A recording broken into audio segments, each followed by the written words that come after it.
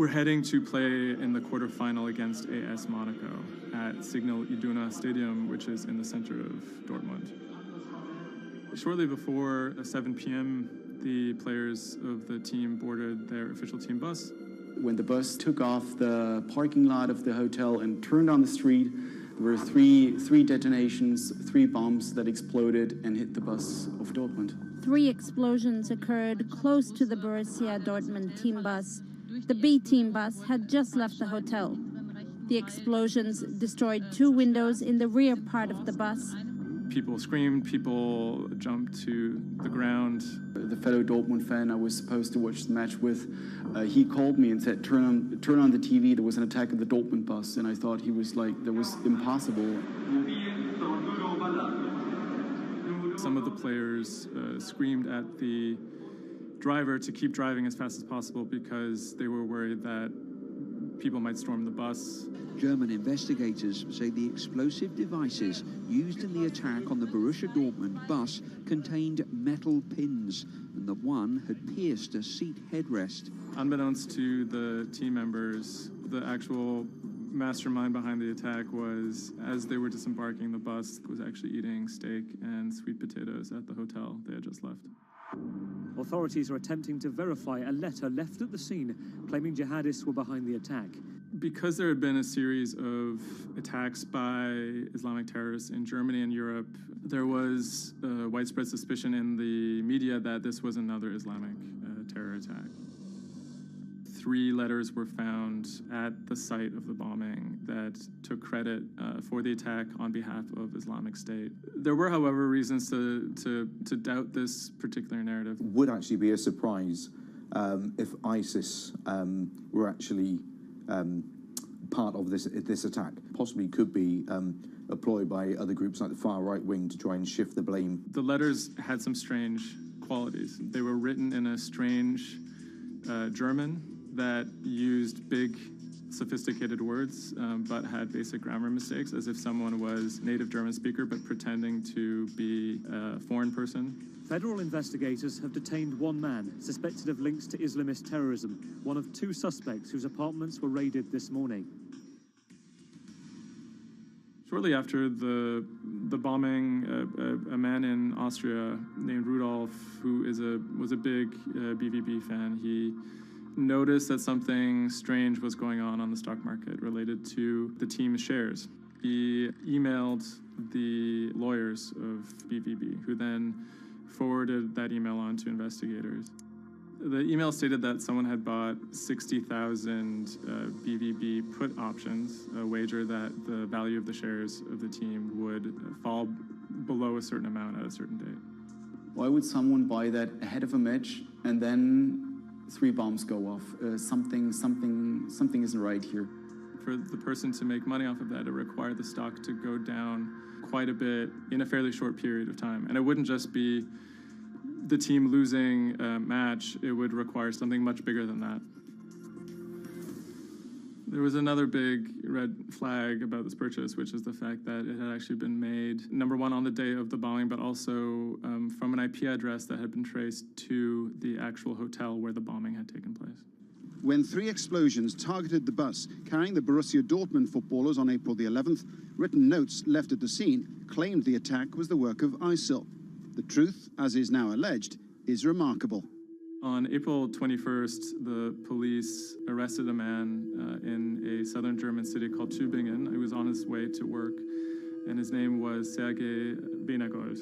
He seemed like an unlikely suspect because he had no known connections to the Islamic terror world. He didn't seem like a far-right extremist. He didn't seem like a left-wing extremist either. He seemed to be a completely unremarkable young man.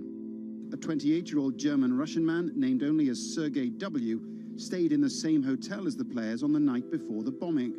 He specifically requested an upper room overlooking the bushes where the explosive devices were hidden. The media dissected why he would do that, what was his past. He had been inspired by the 2015 terror attack in Paris. And he noticed that in the aftermath of the attack, the stocks of French companies went down. And he believed that if an attack took place that was directed at a specific company, that the decrease in stock price for that company would be even more dramatic.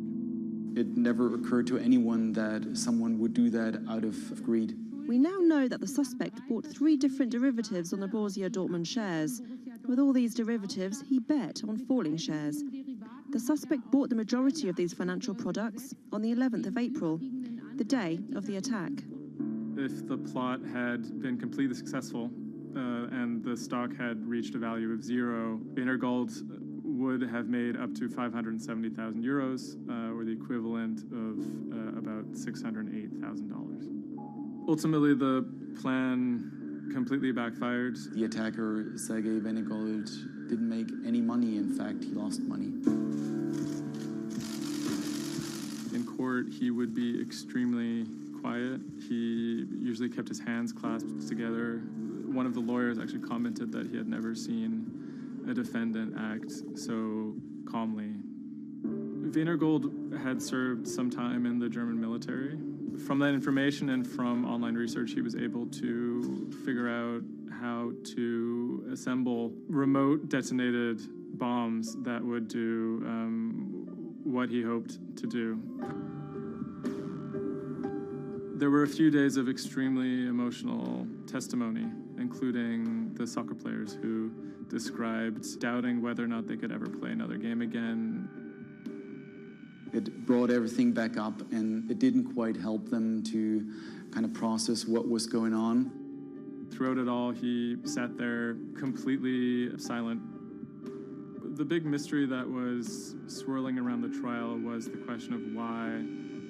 He may have simply done it because he wanted to impress a woman. Rebecca is a young woman who has a very troubled home life. She ultimately sees her relationship with Wienergold as an opportunity to leave that troubled home. Wienergold is a Russian immigrant to Germany. He speaks with an accent. He has anxiety in large groups of Germans. She begins to resent the fact that he has these fears and feels a little bit trapped. Rebecca attempts to dump him on multiple occasions, and he threatens to commit suicide if she leaves him. Wienergold apparently told Rebecca that she would soon be seeing a surprise. After being dumped via text message, he apparently began planning for this attack in earnest. Wienergold was charged with 28 counts of attempted murder, which carried a maximum sentence in Germany of life in prison. He claimed that he had nothing to do with the attack, but as time went on, he admitted that he had actually been the person who had built the explosives and had set them off. But he claimed that he didn't want to actually kill anybody. Ultimately, Wienergold didn't receive the harshest possible sentence. He was given 14 years in prison, but it's still a considerable amount in jail in Germany.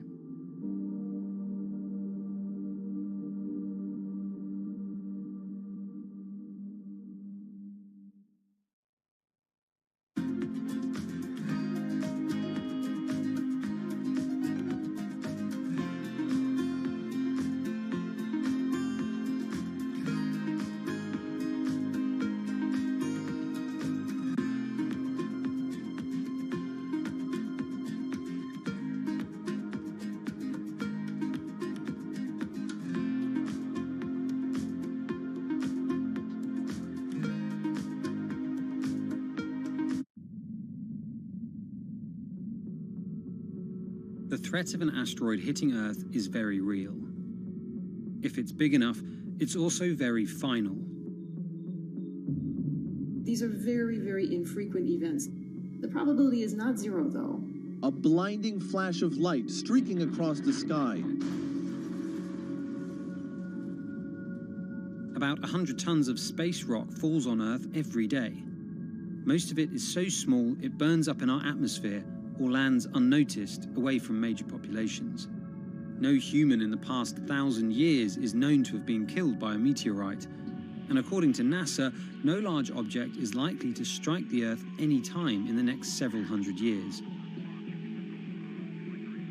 However, one thing is certain: we haven't found them all. There are thousands out there, and we don't know where they are.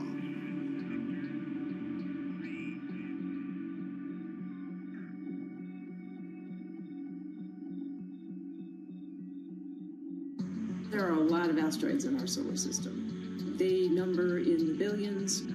Scientists all over the world are working toward detecting and deflecting the most catastrophic of natural disasters. The race is on to find as many of these objects as we can. We have a way of calculating whether or not an asteroid is potentially dangerous or not. I mean, I think it's something worth investing in. It's our existence at stake, right?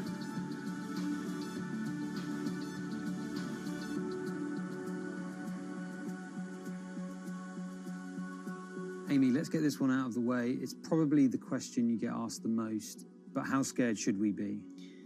Asteroids and comets are a natural hazard that's out there like a lot of other natural hazards. These are very, very infrequent events, these collision events, where an object actually impacts the Earth. The most important thing that we need to know about asteroids is when the next impact is going to happen and how bad it will be. What we know is that an object that's about, say, a kilometer across is capable of causing very, very wide devastation across the planet, really, truly global devastation. The object that wiped out the dinosaurs was somewhere in the neighborhood of 5 to 10 kilometers across, so even bigger than that. At a kilometer, it's still going to be very bad and it will have global effects. For objects that are capable of causing what I would call sort of regional damage, kind of a large major metropolitan area, a city and its surrounding environment, sort of around 100-ish meters. It depends on the details of the composition and so forth. By the 1980s, NASA was cataloguing near-Earth objects. In 1994, stargazers watched as comet Shoemaker-Levy 9 hit Jupiter. The resulting zone of chaos was estimated to be as large as the Earth, and the event became a turning point in the search for asteroids and comets in our solar system. In 1998, Congress tasked NASA with finding 90% of asteroids and comets 1 kilometer wide or larger. Soon after, Hollywood blockbusters Armageddon and Deep Impact brought attention and fear to the masses. The great news is that the vast majority, more than 90% of all the really large 1 kilometer near-Earth objects have been found. The challenge now is working down to these smaller sizes that are still quite capable of causing a lot of damage, but they're just harder to spot because they're fainter, they're smaller. Can you give us a sense of how many are out there in our solar system? We know that there are a lot of asteroids in our solar system. They number in the billions. Most of them, however, are between Mars and Jupiter in what we call the main asteroid belt. This is a region of space where most of the asteroids in the inner part of our solar system live, and they stay there for many billions of years. There is another population, though, that kind of leaks inward and gets into the region somewhat close to the Earth, and we call these near-Earth objects. We think that there are millions and millions of near-Earth objects that are out there in the total population. As of today, we know of sort of around 20, 25,000, something like that. When we first spot an object, we really know very little about it. We just see something moving across the sky. So all you get is just sort of a handful of snapshots, just enough to be able to tell that this isn't an asteroid that we've already seen before. And then once we can calculate the distance to it, we can now start to make predictions about its true size. Is it large or is it small? So we have a lot of information that we have to get pretty quickly to really understand what's going on. Finding asteroids is just one piece of the puzzle. Planetary scientists are extremely skilled in determining the orbits and speeds of asteroids based on relatively small amounts of data. NASA runs simulations of the trajectories asteroids could take, which is useful but time-consuming. A team of scientists in the Netherlands have found a way that could buy us more time. Our method is very quick. So you can very quickly get an assessment of whether or not the object is dangerous or not. If you look at the classical way of determining the danger of an asteroid, it may take days of computing time on very big machines to determine this hazardousness. The current problem is that there's just too many asteroids out there to spend a huge amount of computational power on all of them. So the neural network allows us to focus on what really could go and pose a hazard to Earth. A neural network is a computing system that mimics the way the human brain operates to find underlying relationships in a set of data. By training the network in this way, you train it in recognizing those objects that are most likely to hit the planet. And once it's trained, you can apply this network to all the unknown asteroids. And then you can make a selection and saying, hey, these are the ones which appear to be having orbits similar to the ones which we know are hitting the planet. That doesn't mean that they do, but it only means that they look very similar to the ones we know they do. What else did you find? Should we be particularly concerned about anything? One thing that we did find is that our neural network was able to go and identify a handful of asteroids which weren't considered potentially hazardous, that when we went and integrated them forward in time, they came quite close to Earth. We find a handful which were not detected before or not considered being dangerous before, and we think they are potentially dangerous. It's very hard to simulate kind of going forward in time an asteroid that's going to hit Earth because, well, the Earth is really small and space is really big, and then you have to have very exact parameters to shoot an asteroid that goes and hits exactly Earth. And then Simon had the ingenious idea of not even trying to do that and just launching the asteroids from Earth's surface and integrating backwards in time. It's very hard to make it hit. So you need a lot of calculations which all end up in nothing. And the idea was then like, well, let's not do that. This is basically what NASA is doing. NASA is taking an asteroid, making multiple copies of them, shooting them all forwards in time, calculating their orbits, and then see what fraction sort of gets close to Earth. Not even hitting Earth, but getting close to Earth. And that they call it a potential impactor. So you calculate the solar system forwards in time for, let's say, 1,000 years. And then you launch asteroids from the surface as if you go forwards in time, would fall on the surface.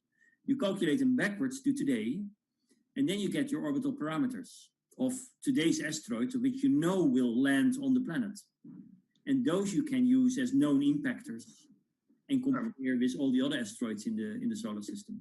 Can simulations and AI, can those things fill in the gaps where perhaps telescopes and other imaging tools can't? Absolutely. Since the observations get more complex, the physics gets more complex. And if the physics get more complex, the mathematics becomes more complex. And at some point, you can't solve your problems analytically anymore. And then this is where the computer comes in. Now we have this trained neural network. We have a way of calculating in a fraction of a second whether or not an asteroid is potentially dangerous or not, and therefore deserves more attention or more time to spend on for really finding out if it is dangerous. When it comes to hunting asteroids, time is critical. What we can do about a potentially hazardous object depends a great deal on what we know about it and how much time we have before the encounter. We'd really like to find them when they're decades away, because the more time you have, the more options you have, and the less energy it takes to move an object aside. It also means we might not have to resort to launching a nuclear warhead at an asteroid. Until recently, pretty much our only choice. That's an option of last resort, in my opinion, yes.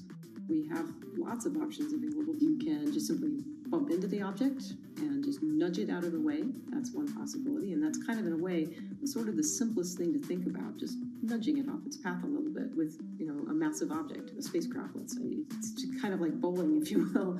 If you have a long time or a long stretch of runway in the lane, just a very small twist on the bowling ball will make a big change in where it ultimately ends up. Another option would be something where you take a very big, massive spacecraft and you park it next to the object and you use the force of gravity as a towing rig. That takes longer, though, and you need to be able to send a pretty massive spacecraft, and it obviously depends a lot on how big the asteroid is. Other options start to get more and more complicated, and they range from painting one side of the object a white color and painting the other side dark, and then letting the pressure of light sort of perturb its orbit. In a departure from the lab and computer simulations, NASA has real plans to rehearse kinetic impact deflection. In 2021, the agency will launch DART, the Double Asteroid Redirection Test mission, which will intercept a 160-meter asteroid in 2022. Better to practice now before we have to deal with an actual threat. In the meantime, discovering asteroids is our best bet. Thousands of scientists and amateur astronomers around the world make up an informal network that survey the heavens. But that may not be enough. NASA wants more resources to map our solar system and better technology. We need to ramp up our network of sensors, and also we need to just continue to strengthen our network of international observers so that we can get follow-up, because we find these objects when they're distributed all over the night sky. Once we get more observations, we get better data, we can make better predictions. If you look at the big impactors we have had in the last, let's say, 20 years, or maybe 30 years, 50 years, most of them we haven't seen coming. So the danger, the real danger, I think, comes from the objects we don't know about, and not from the objects we do know about. This particular natural disaster, like a lot of natural disasters and like climate change, is a problem of the global commons. So the thing that we risk collectively is that it sort of then becomes nobody's problem, and nobody takes ownership over it. The asteroids are all over the sky. They just truly cross boundaries and borders with a second's notice. Kind of imagine in the future maybe lots of small satellites around the Earth that are always going and looking outward. I mean, I think it's something worth investing in. It's our existence at stake, right?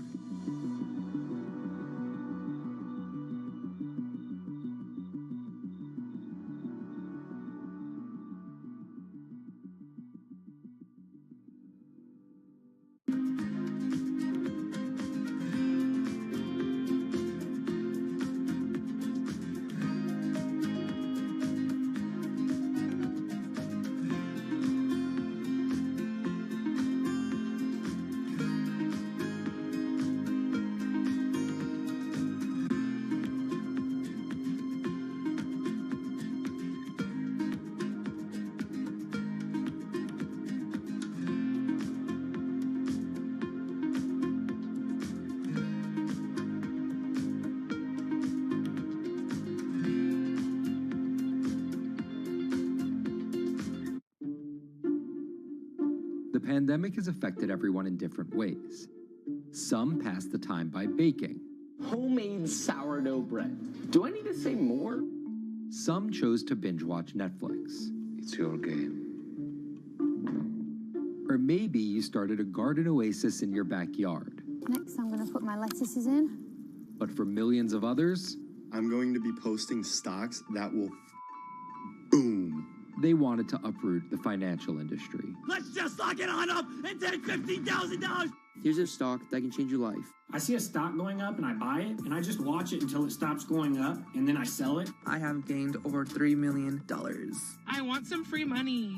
I don't think you can overstate the online communities or social media's influence on financial markets. A large group of inexperienced investors who discuss their plans on social media platform Reddit have shaken up the stock market in a big way. The stock that everybody's talking about right now is GameStop. Video game retailer GameStop is set to continue their head-spinning ascent today. The revolutionaries on Reddit are spanking Wall Street's ass. The more these stocks go up, the more the big guys are getting creamed and losing billions of dollars. This isn't a wealthy person's game anymore. Anyone can play it. I took up a little bit of a new hobby, and I am interested in day trading. As an investor nowadays, you don't have to look a specific way. You don't have to wear specific clothes. You don't have to be doing it from a trading floor on Wall Street in like a high-rise building in downtown Manhattan. The narrative of what's driving the markets is no longer being held in secret offices in New York and Boston of privileged people talking to other privileged people. It's right out in the open. It's on Twitter, it's on Reddit. From brokerage apps to Discord channels and subreddits to TikTok finfluencers. One of the last holdouts in the world of disruption, finance is next in line.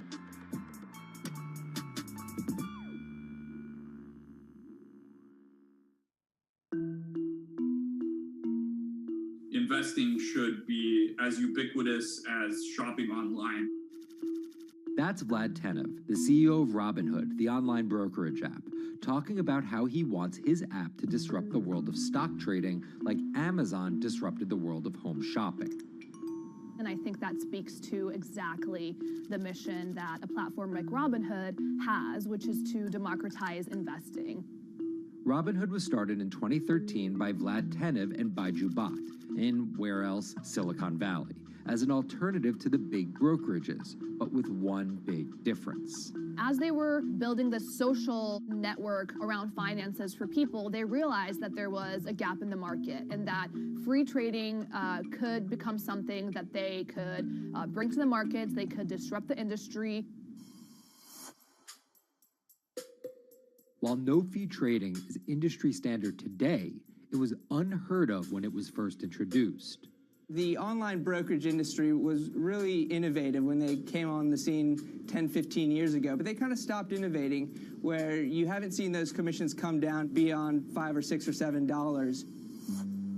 Robinhood think that by offering zero commission that they're going to push people onto this platform. And on top of no-fee trading, the customers Robinhood was courting have been long overlooked in the world of finance. So the typical customer of a Charles Schwab, for example, is putting a lot more money in that brokerage account than the typical customer at Robinhood. Even today, with all of its popularity, the median account size is about $240. There's Fidelities in the Schwabs and the E-Trades of the world. They look down their nose at those kind of accounts. I don't want a $1,000 account. They're just a headache. I want a $100,000 account. And this is key here, right? Because the thing about Robinhood that's different than every other single brokerage platform is how easy it is to use. The design of the Robinhood app really has in mind a user who might be coming at this absolutely cold. The fonts are very well sized, the shapes, the colors, all of that is something that the founders of Robinhood paid really close attention to. And by creating an interface that catered to a newer investor, they were able to gather a pretty healthy group of customers. And by 2019, they had about 10 million customers. Those 10 million customers were a huge success story for Robinhood, but no one could have predicted its explosion after the arrival of COVID-19. Remain indoors to the greatest extent, and 100% of the non-essential workforce must stay home. What we saw when the pandemic hit was the growth of Robinhood users absolutely turbocharged. And oddly, you saw this surge in interest in stock trading. Then they saw the absolute surge in 2020 in customer growth. And now, by many accounts, they have more than 20 million customers, which is pretty extraordinary. So the next step for them is to figure out how to monetize those users and how, even with their small account sizes, to get them to grow with the company and, as it releases more products, come along with them.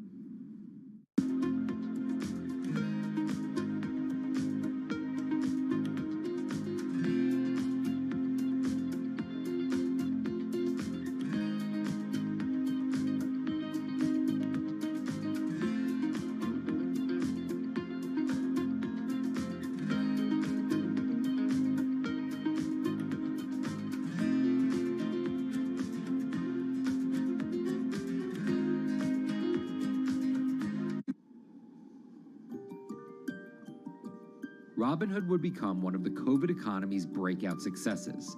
Robinhood traders, as they're called, became the shorthand explanation for the frenzy of often speculative retail investing after the pandemic lockdowns. Kids wake up in the morning, they go on Robinhood. They're, in the shower, they check Robinhood. Kids are learning how the stock market works at 18 while they're at school, checking their phones in between classes because notifications pop up telling them what their stocks are doing that day. With these new tools, millennials and Gen Z are investing in the market in ways their parents could have never even dreamt of. That is sort of key when we talk about the divide between older and younger generations, is that the younger generation is exposed to so much more information and tools at their disposal to do what they want in the market. The older generations, you never had the technology or the cost structure that you could play the markets like you can today. So you were stuck with giving your money to a professional investor and paying them a fee to do it. When I speak to young kids, they tell me, I'm making mistakes. I'm losing money. I'm not a perfect investor, but I'm 18, and by the time I'm 30, which will be, 10 years from now, I'm gonna have interacted with the markets for a decade. And so it's a learning experience more so than anything else. And you can look at it and you can say, wow, that's risk-taking, that's dumb, but if you could possibly shave 10, 20 years off your working life versus adding 5 years, I don't think you can fault people for that. But Robinhood is only part of the puzzle.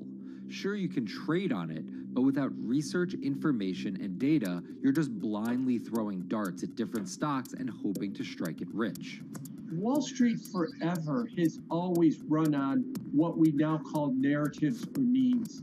People telling rumors to each other have been around for 100 years. On Wall Street, information is its own currency. Historically, either you had it or you didn't, and the people who had it had a huge advantage. In the past, those narratives and memes didn't have a network effect. It would be one person telling another person over the phone.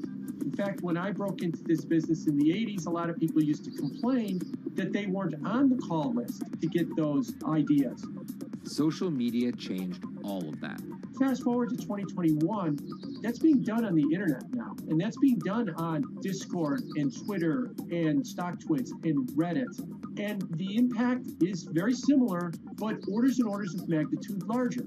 As social media has played a bigger part in our lives, it's also played a bigger and kind of more important role in how people find investing ideas online and on these platforms. How do those ideas spread?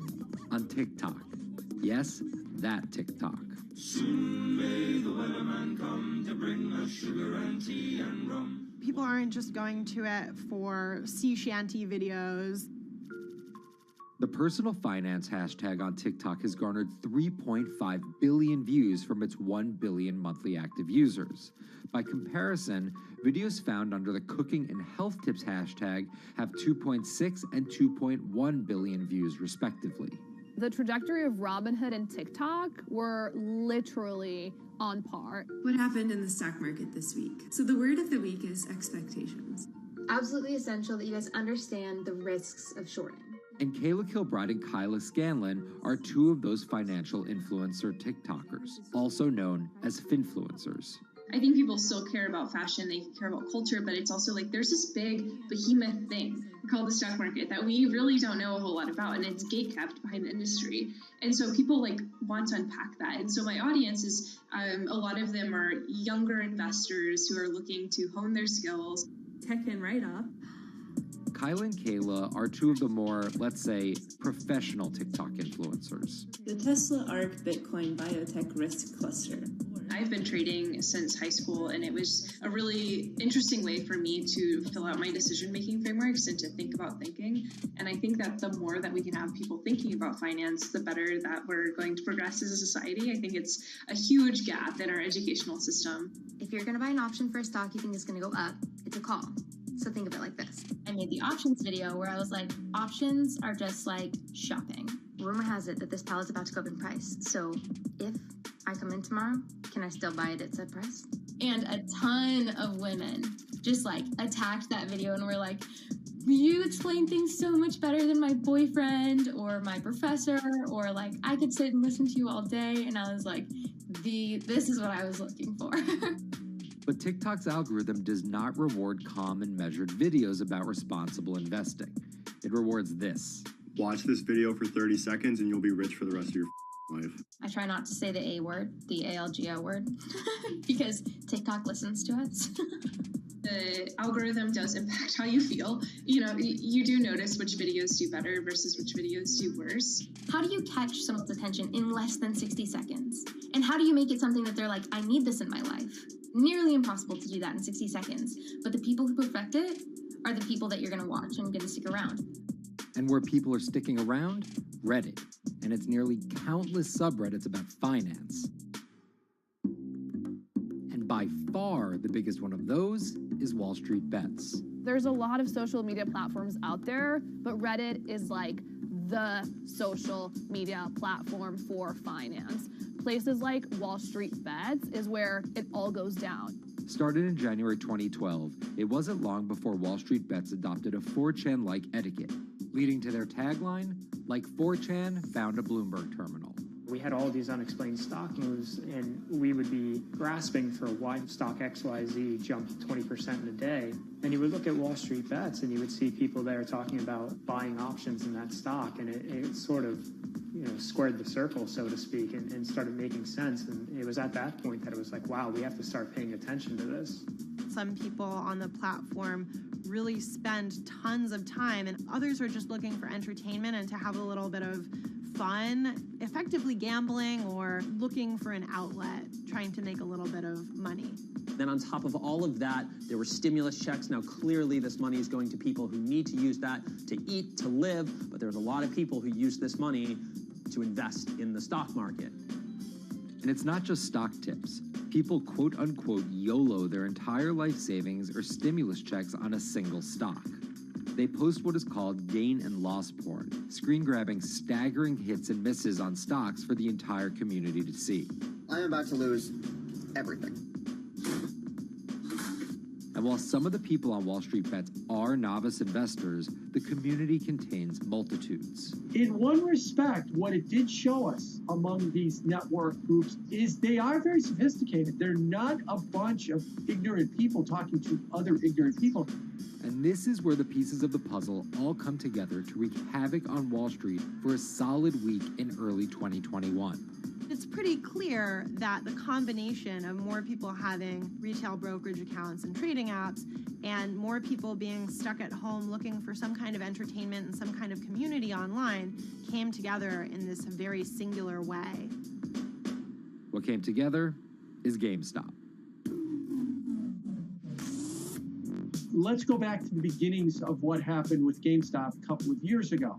On the boards like Reddit and StockTwit, a lot of people were talking about GameStop as being attractive value. Some of them are even, Wall Street alums who left the industry and now still have access to tools that they can use to improve their financial well-being and make very good decisions. And I think Roaring Kitty is a perfect example of that. GameStop is one of the most compelling asymmetric opportunities in the market today. Really, I don't understand how you could disagree with that. At the same time that this crowd was talking it up, the hedge fund institutional crowd didn't like this stock at all, and it had the largest short interest of any stock in the New York Stock Exchange going into late 2020. Short selling is a bet that a stock price will fall, and it's a fairly simple concept. An investor borrows a stock and then sells it. The investor is betting on buying the stock back later for a lower price, before returning it to the original owner, pocketing the price difference. What a short seller would tell you is that they almost act as a policeman in financial markets, or they're at least looking for companies that aren't what they say they are. And that can range anywhere from an outright fraud that some short sellers try to expose to just a company that's not worth as much as investors think it is. The problem is, if the stock price rises, the short seller has to come up with the money to buy the stock back. And the more it rises, the more it costs. And that's what's called a short squeeze. And the hedge fund Melvin Capital was on the wrong end of that squeeze. Melvin Capital lost over 50% of its money in the month of January alone, just from being caught in the short squeeze of the stock. This is where the disruption comes in. One of the most wild stories you're ever going to see. GameStop shares absolutely going nuts. In less than a year, the company's stock has jumped from less than $3 a share to almost $350. Cheers, everybody! Roaring Kitty has turned $50,000 or so investment into some $14 million. Whoa! Investors all over social media use the free trading app Robinhood to wreak havoc on Wall Street. They're actually piling on into some of these stocks to really hurt the professional short sellers. And they all used Reddit, Twitter, TikTok, and Discord to tell one another to keep buying and, quote, hold the line and not sell GameStop. People are getting cheerleaded for jumping in, buying at the highs. They're saying, keep going. And it was working too, until Thursday morning, the trading app Robinhood sent out this tweet. In light of current market volatility, we are restricting transactions, including GameStop. people were really angry. Robinhood was supposed to allow the regular people to play the same game these big boys are playing. But instead, we were all taken for schmucks, and they screwed us. Shares of GameStop are jumping again now that retail investors are being allowed to buy shares of the stock. But what we learned is that when people organize online, they have the ability to disrupt the market. And it was a big sign the ivory walls of the institution aren't as powerful as maybe the institutions thought them to be.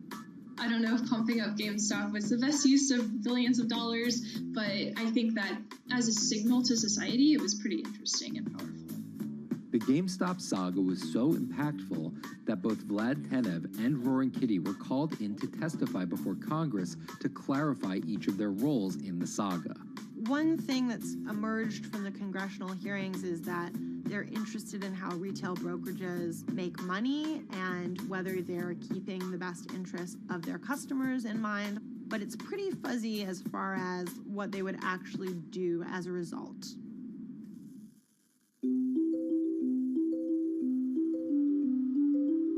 While the frenzy around GameStop eventually subsided, it didn't take long for retail investors to find other areas to invest their money. Take a look at Bitcoin going bananas over the weekend.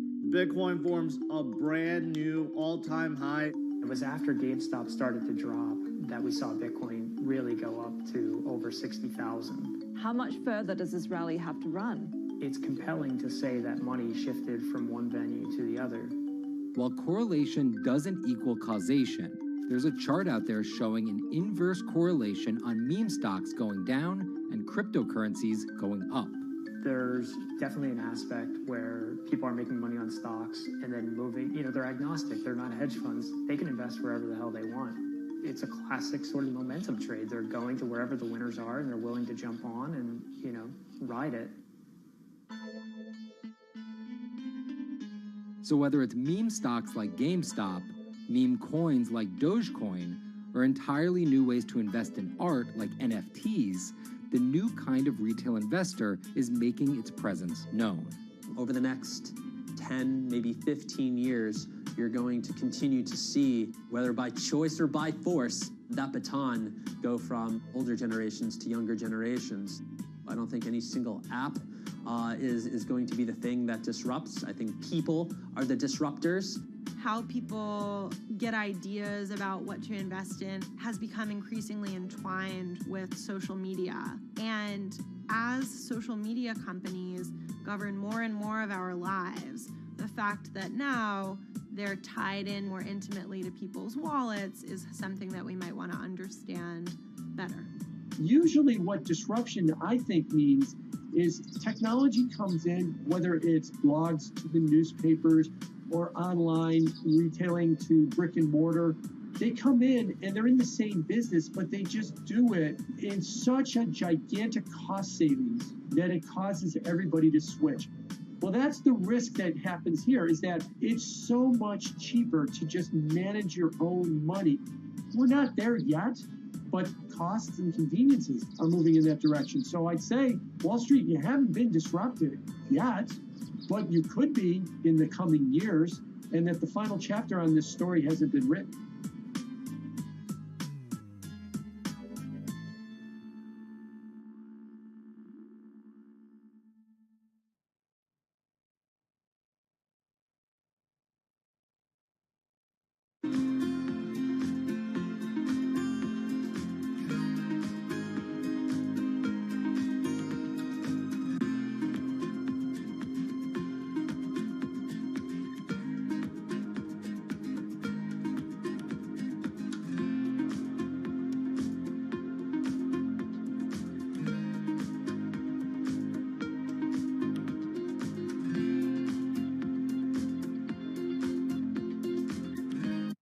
Meet Bloomberg's own David Nicholson. Now, his happy place is out in the field, on the open road. But like the rest of the world lately, he's been working from home a lot more than he's used to.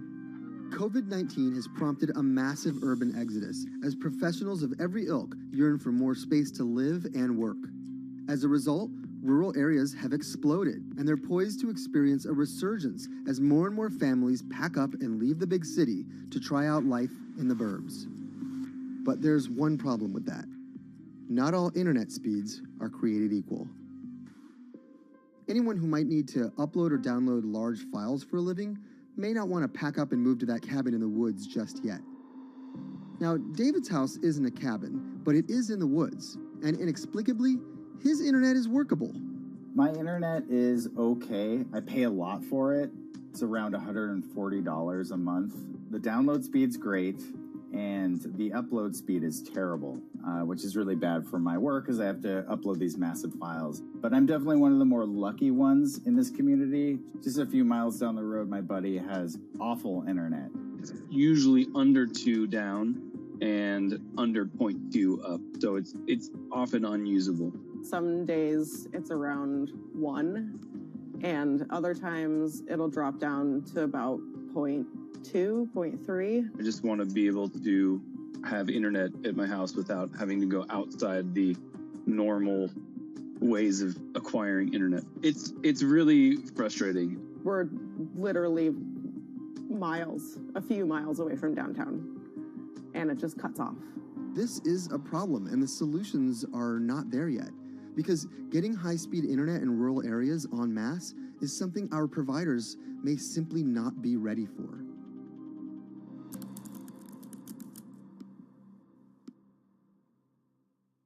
If your internet service doesn't have fast download and upload speeds, then you don't have high-speed harmony. You have.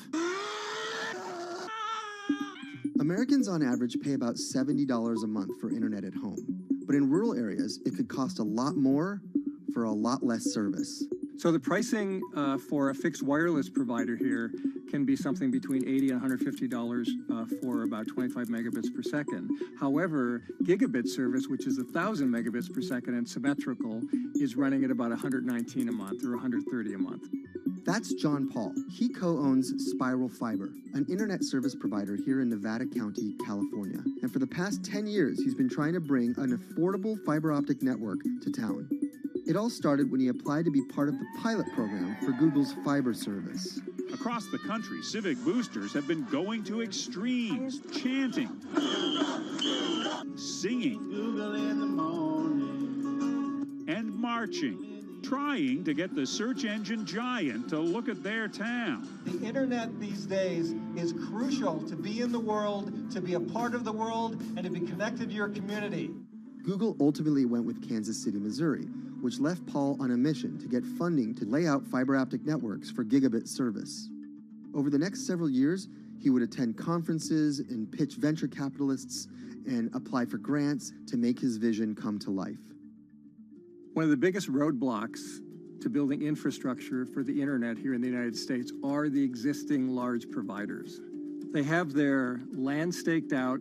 They would prefer that nobody come in and compete against them. In 2013, we applied for a grant. We went down and met with the commissioners at the California Public Utilities Commission. It was an arduous process to get funded, but we finally did against all odds. We got a $16 million grant, and then we went out to seek venture capital.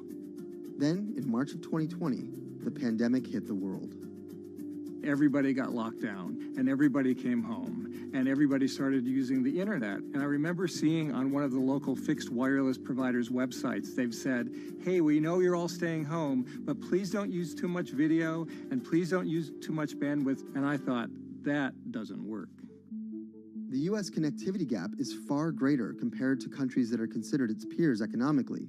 Some developing nations actually have better internet than rural America, like in Kenya, which has a state-of-the-art fiber optic network fed in from their coastline. The American connectivity gap does largely affect rural areas that are either outside of service coverage or simply prohibitively expensive. This is Rebecca. She and her family moved to Nevada County just a couple miles down the road from David. They took for granted that high-speed internet would just exist in the area, and it's not something they even bothered to check on before buying their house. Turns out, all they got was dial-up. We wanted to move where we had a little more space, room for the kids to run around, just be out in the mountains a little bit more. Having come from a bigger city area where Wi-Fi is pretty readily available, we hadn't really considered that in our purchasing of the house, whether that would be an option or not.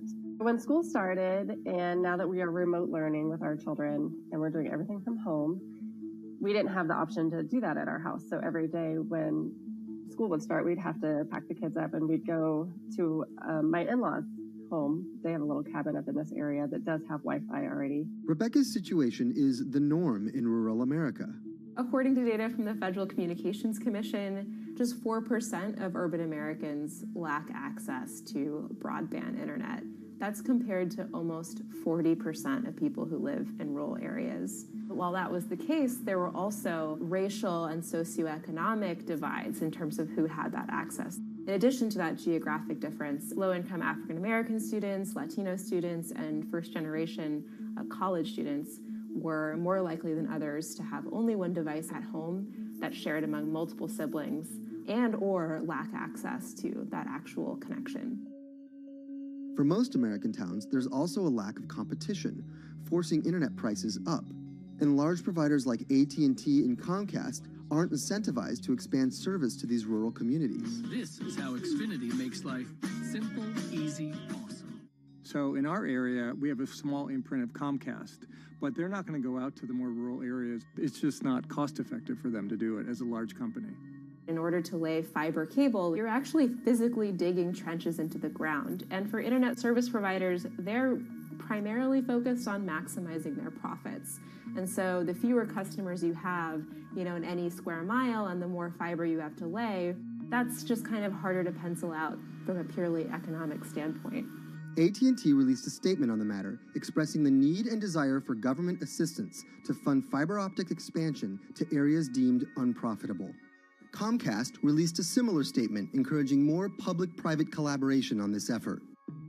Federal agencies do offer grants to help communities build broadband networks, but many have argued that there's not enough flexibility on how to use these funds.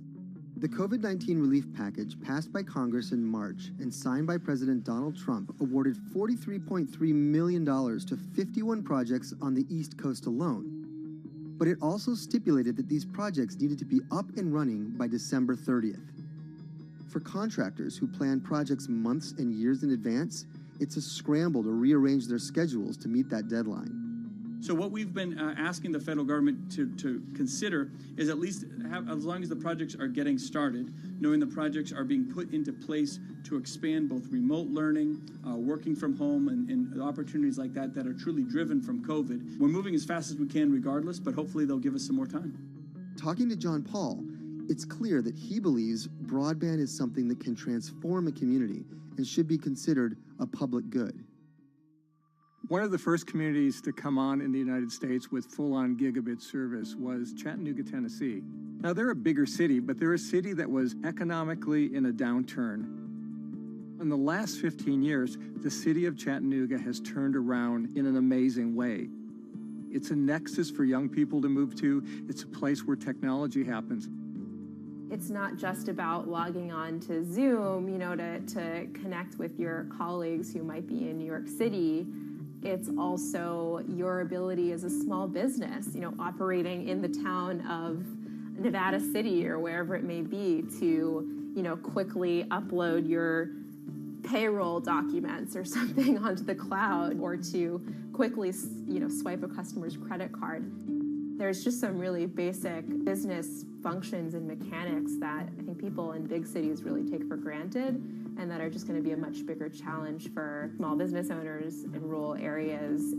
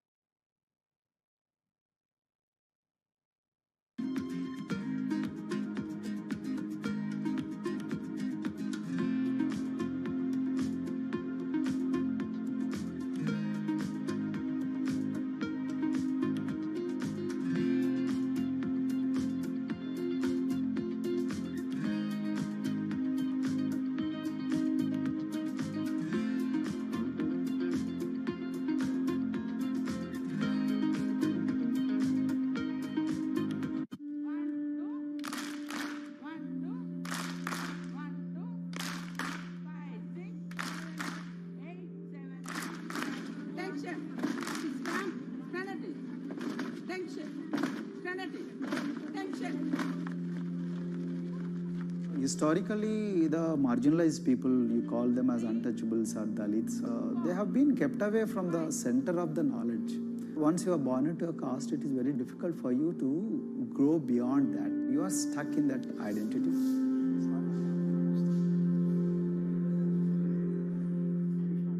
Education is the best way of liberating them. So that's how I chose to work in education sector.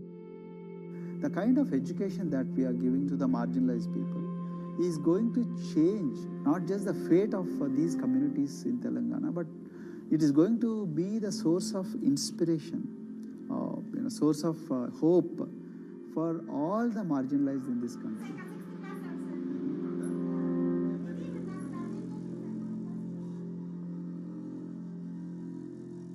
Greatest blight in India is the system of caste. For generations of Indians, the social code known as the caste system has defined how people earn a living and whom they marry.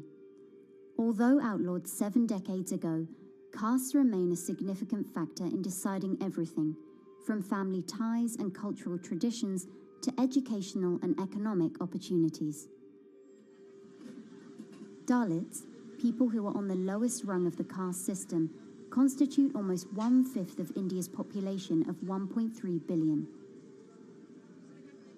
Not able to afford the high tuition of private schools, many are forced to attend government-funded institutions, which in the past have suffered from poor infrastructure, lower education standards, and high student-to-teacher ratios. But Dr. Praveen Kumar is trying to change that.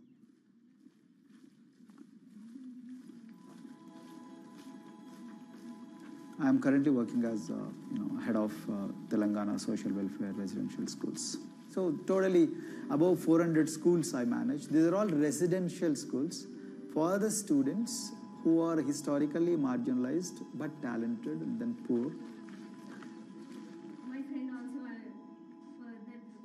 Of them, 60% are girls and then 40% are boys, because girls are more marginalized among the marginalized. Their voices are always suppressed. My approach to improve the conditions in the schools has been put your eyes and ears on the ground always. Talk to the parents, talk to the teachers, talk to the students, stay in the schools and then understand their problems, their challenges, both in classrooms and then the corridors and the dorms. Then go to the dining halls and see what kind of food they are eating, and then go to their homes and then what kind of food they are getting and what kind of challenges the parents have. Very good. 9th class.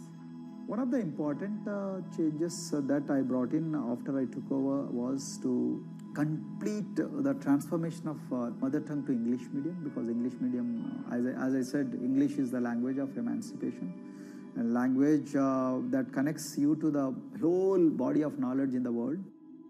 So we had to train a lot of teachers. Refer to the dictionary also, okay, and find out the new meanings, as well as you're going to describe about. Hey, Ruchita, how are you? Hi, Sindhu. Fine, thank you. And how about you? I'm fine too. It's been a long time. Identity is extremely important. There is a scientific evidence to prove that your sense of identity is extremely crucial to your growth as a successful human being in your life. If you accept an identity which is very humiliating, which reminds you of very painful past, I think that identity will not help you to grow. I'm not saying that you should forget your past. I'm not saying that, but that should not be the bubble in which you must live always.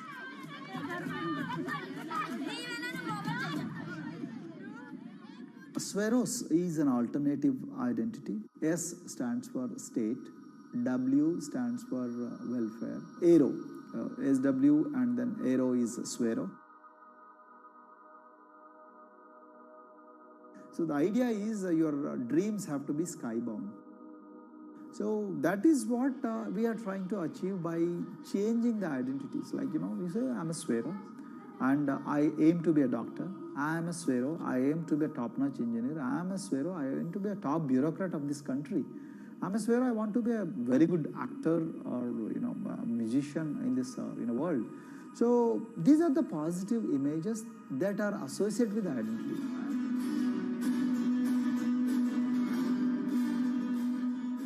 Just to give an example to you, in 2012, in our institution, we used to produce about 6 doctors per year. But because of our, this self-liberating ideology of Sveroism, we have, this year, we have produced about 189 doctors. This is phenomenal for any poorest of the poor people. You know how difficult it is to get into medical colleges in this country.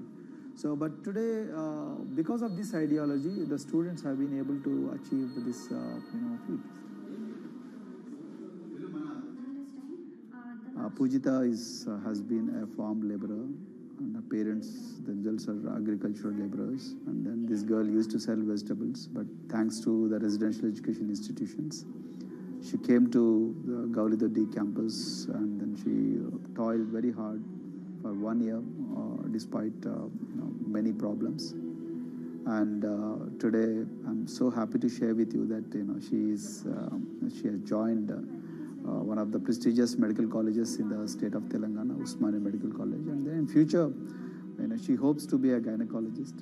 So this is the journey our children are hoping for. Similarly, the Mount Everest expedition.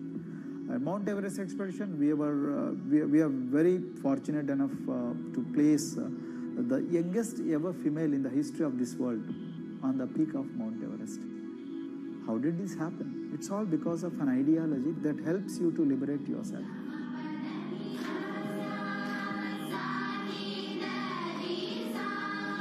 We got a lot of extracurricular activities, and most of them got institutionalized now. So, for example, music. Similarly, the games. We have so many coaching academy. We have boxing academy, we have wrestling academy, we have handball academy. So we have, kabaddi, the traditional Indian sport. We have golf. We have introduced the golf also. Like golf is generally played by so-called rich people, but today even poorest of the poor people also are being trained in golf in our schools. Wow. So our intention has been to give all 360 degrees, type of opportunities to the students, so that whoever is interested in whatever activity, they can go and then do it. Break the barriers, break the fence, at least mentally, because poor people have been programmed to be victims, programmed to be subjugated, programmed to be on the margins, always, programmed to feel inferior. We wanted to change all that. There are certain games which are exclusive to rich people. There are certain languages which are exclusive to middle class and upper middle class in this country. To put it in one word, the sole aim of introducing all these co-curricular activities is to break the stereotypes which are recklessly imposed on these people.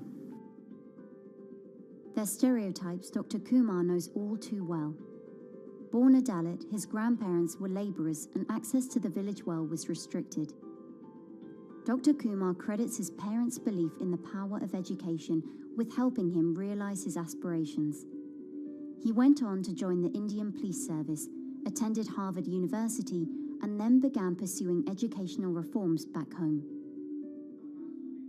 I attribute whatever I am today, it's to my mother primarily. They educated me in the village, although there were no good schools. So then I stayed in social welfare hostels, the hostels which are managed by government for the poorest of the poor kids. I passed with reasonably good grades. Then I went to university, and then I faced worst form of discrimination in the universities. Like there were in those days I'm talking about. So the bathrooms and the toilets were exclusively meant for scheduled castes and scheduled tribes. We used to fight discrimination on one hand, and then again try to excel in academics day in and day out. So that's how I came to education, because I deeply believe that education is the only important weapon that can really place the poorest of the poor people from a very victimhood orbit to a prosperous orbit. I think in future this is going to be a game changer for the marginalized in this country.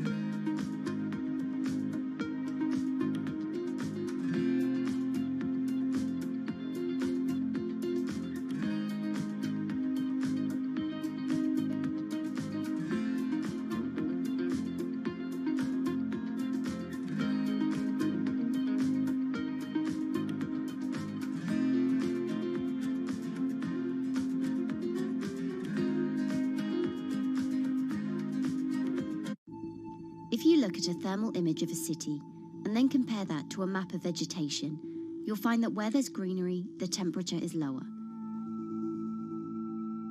That's because things like asphalt, concrete, and shingled roofs absorb more heat from the sun than trees. This is the urban heat island effect, and it accounts for higher temperatures in cities, often by several degrees compared with their surroundings. It's becoming a huge risk to human health as growing urban populations exacerbate the heating effects of climate change. Heat waves kill more people than any other extreme weather event, more than tornadoes, hurricanes, and even floods. That's why urban heat island mitigation strategies are being studied in Singapore by a group of researchers. The government-backed project called Cooling Singapore is now in the process of combining everything they've learned to create a digital tool that can help cities all over the world, starting with Singapore.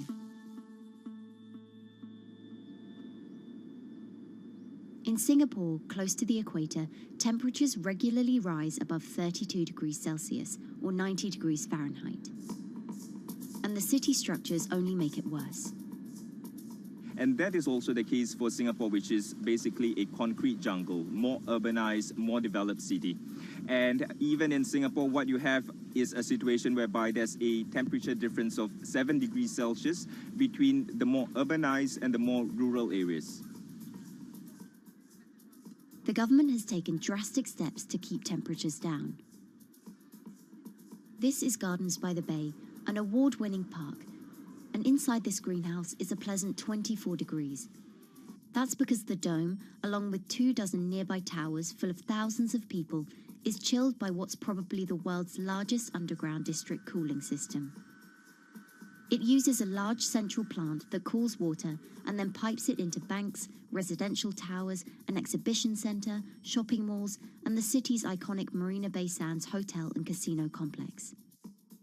So one of the biggest perks of using this system for the buildings is that they can save 40% in terms of electricity usage compared to your traditional air conditioners.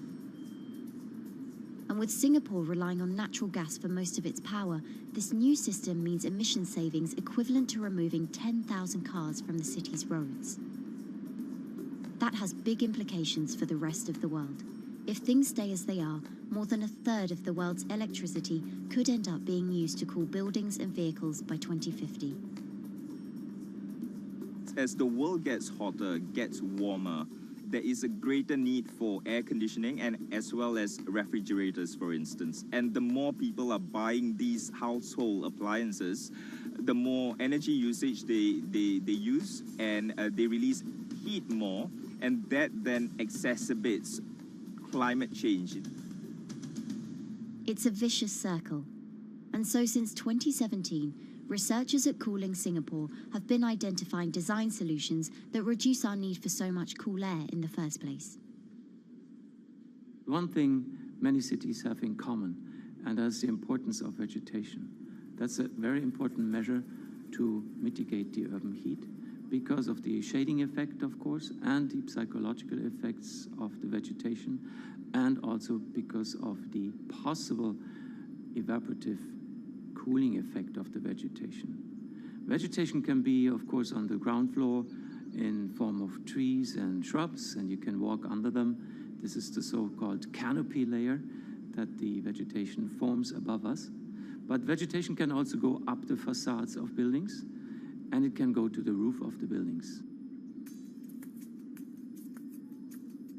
Luckily, Singapore has been striving for the garden city feel for quite some time. It was a vision initially introduced by then Prime Minister Lee Kuan Yew in 1967 to make life more pleasant for people. And today, Singapore is one of the world's greenest cities in terms of urban vegetation. Kampung Admiralty, a community centre that contains health facilities and social spaces, now provides more green space than the plot of land it was originally built on. It's topped by a roofscape of staggered terraces covered in local plants, which functions as a community park. And a village green in the centre that contains farm plots for residents to tend to. Park Royal on Pickering was designed as a hotel in a garden that doubled the green growing potential of its site. There's now 15,000 metres of sky gardens, reflecting pools, waterfalls, planter terraces and green walls. And the government has big plans as well. Singapore actually has a plan to plant 1 million trees and add more green spaces over the next 10 years. It is actually a mix of wanting to reduce the urban heat island effect, but on the other hand is also to get the people to be more connected to nature. But it's not enough. The city-state has still been warming twice as quickly as the world average over the past 6 decades. That's why Cooling Singapore has developed a catalogue of other potential heat mitigation measures. When you try to mitigate the urban heat island effect in a city or in any building, in a village as well, the first place to start is by shading of the windows. You have to keep areas clear so that the wind can move through it. Water of a certain depth can act as a very good thermal buffer.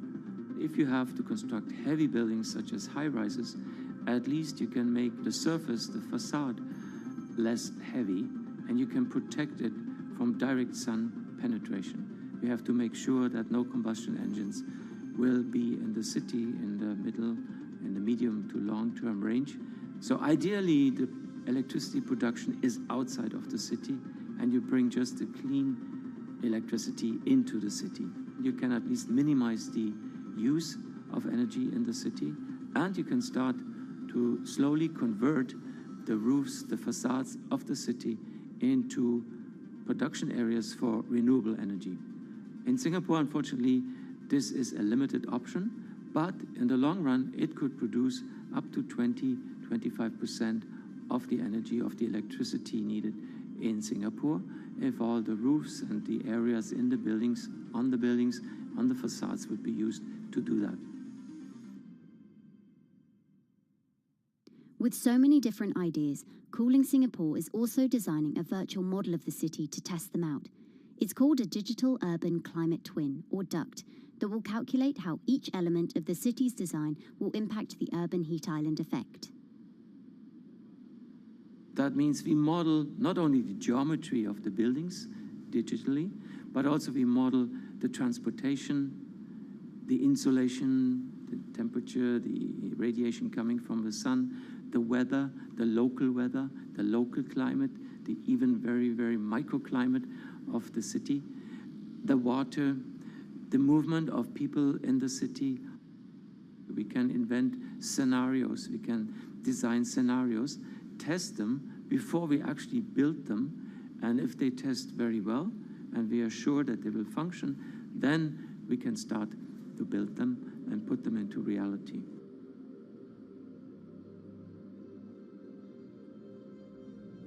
Singapore will be using this new tool to figure out which actions it should take next. And the model can be applied to any city, whether it needs to keep heat out or keep heat in, which will ultimately save energy, slow climate change, and improve our quality of life. So this is something that Singapore will be able to export, maybe even together with its city development systems that it already has. Singapore is one of the very few cities in the world that really combine this scientific approach with a very well-established urban redesign and urban design approach. Through its agencies and the combination of its agencies, it has achieved a lot in the past. If it keeps following the scientific path and the combination with the other knowledge in the city already, we think that it will be a very comfortable and very livable city in the future, even more than today.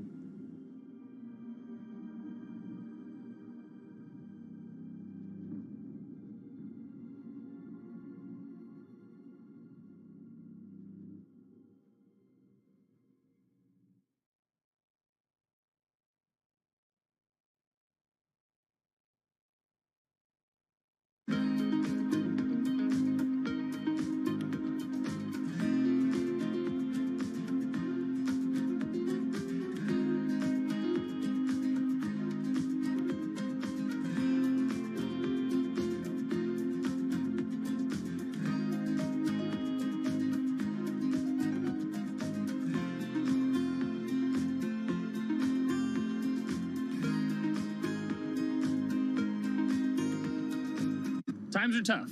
Jobs are scarce. It's risky to be outside and around others. Seems like there's very few ways to make extra money during a pandemic. So I guess I'll just hunker down and binge social media until this all blows over. Wait, don't these people make money? How do these people make money?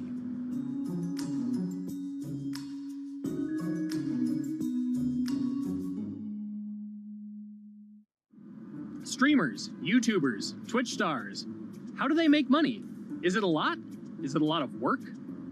I know, I gotta ask somebody in the biz, and I got just the guy. Austin John Plays. This is your full-time job now, right? As of November of last year, yes. This was always just kind of like a side thing. Like, any money that I made from doing my videos and whatever else, I never touched that because I didn't really think of that as being like real money. And then it started coming in more and more. And then it was like I hit my first day that I broke $1,000 and I was like, this is actually going to be money. How did the YouTube channel come to be? When the game Pokemon Sun and Moon came out for the 3DS, there was like things that I learned about the game, and then I wanted to just share that information with people. And at the time, I didn't have any way to capture a screen or anything, so I found like generic footage and I kind of put it all together with so much editing. And that video got 6 views. And then 2 days later, I made another one, and that one got 12 views. And then I just started pumping out more and more content, and people were like, this guy knows what he's talking about. It really just started building on top of itself, and then it was like, my channel really focuses on tips and tricks. So I play a straight 18 hours, and I'll finish the game or get to about the 40-hour mark, and then I'll make my first video. While I'm going through, I have a giant notepad and just scribbles everywhere, and I make these notes of like the things that stumped me, so I know the things that may stump other people. What do you need to think about if you're building your YouTube channel? 1, you need to do something that you're passionate about. Not that you like, not that you think you're gonna make money on, something you're passionate about. The other thing is something that other people are passionate about. It holds a special place to them. And third is, it needs to be something that people are gonna seek out information on. In order to enter into the marketplace, you either need to be better than everyone else, you either need to be faster than everyone else, or you need to be more accessible than everyone else. And you can't be more accessible because it's already on the platform. Granted, if you understand how the algorithm works, which is very similar to Google Analytics, then yeah, you can have a little bit of a head start. But if you're not doing it faster, and if you're not doing it better than everyone else, then why should anyone watch your channel? So my income as a YouTuber kind of breaks down to 3 different ways. 1, which is the bulk of it, which is ad revenue. Whenever you go and you watch a video and then there's an ad and then you wait 5 seconds and you hit the bottom right corner and then you go on to the next video, or a non-skippable ad, or the video starts immediately, you get the little banner ad at the bottom, or if you scroll down from the video, the first thing that shows there is an ad. Those are the 4 different types of ads that can appear on every single YouTube video. And all of them pay a certain amount. It varies on lots of things, like the country of the person who posts it, the country of the person who watches it, the time of year, where you are in the quarter, if there's anything going on with a reduction in ad revenue. Like, great example, COVID-19, companies weren't spending as much on advertising. So because of that, CPM went down. CPM stands for click per thousand.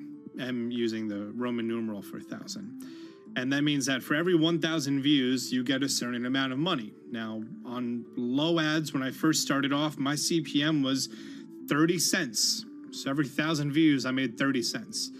But then once I signed with an MCN and I started making more quality content and more engaging content, some of my better videos and certain times of the year, I can see CPMs as high as $12 to $14. And there's a big fluctuation between, you know, if I post a video when there's no ads being spent, like January and February, that's the reason a lot of your favorite YouTubers and also TV shows don't post new videos in that time of year because ad rates are down. Why are they going to make content then? Instead, you're recording and you're bulking up for when ad revenue is higher. The second way that a YouTuber makes income is support, crowdfunding, things like that. When I first started off, Patreon was really the only option, but then they started rolling out supporters and members for YouTube channels. So whenever I have a live stream, you can click a button and then you can become a member, and then you get special icons next to your name. I believe they're called badges. Or on any video, you can hit the join button, and that helps support the channel. And then the third aspect of that would be merch. And for me, my merch has been somewhat basic. In fact, I'm wearing one of my t-shirts from last year right now. You have to endure the times that your first video gets 6 views, that you post it on Reddit and they say, shut up, and then an auto mod bans you. You have to go through that, because until you go through that and you discover why you're doing it, you're not doing it for other people, you're doing it for yourself. If you're not loving what you do, then it's not worth it. Huh. So make a channel about something that I'm passionate about. Oh, sweet. I guess I can make the channel about that.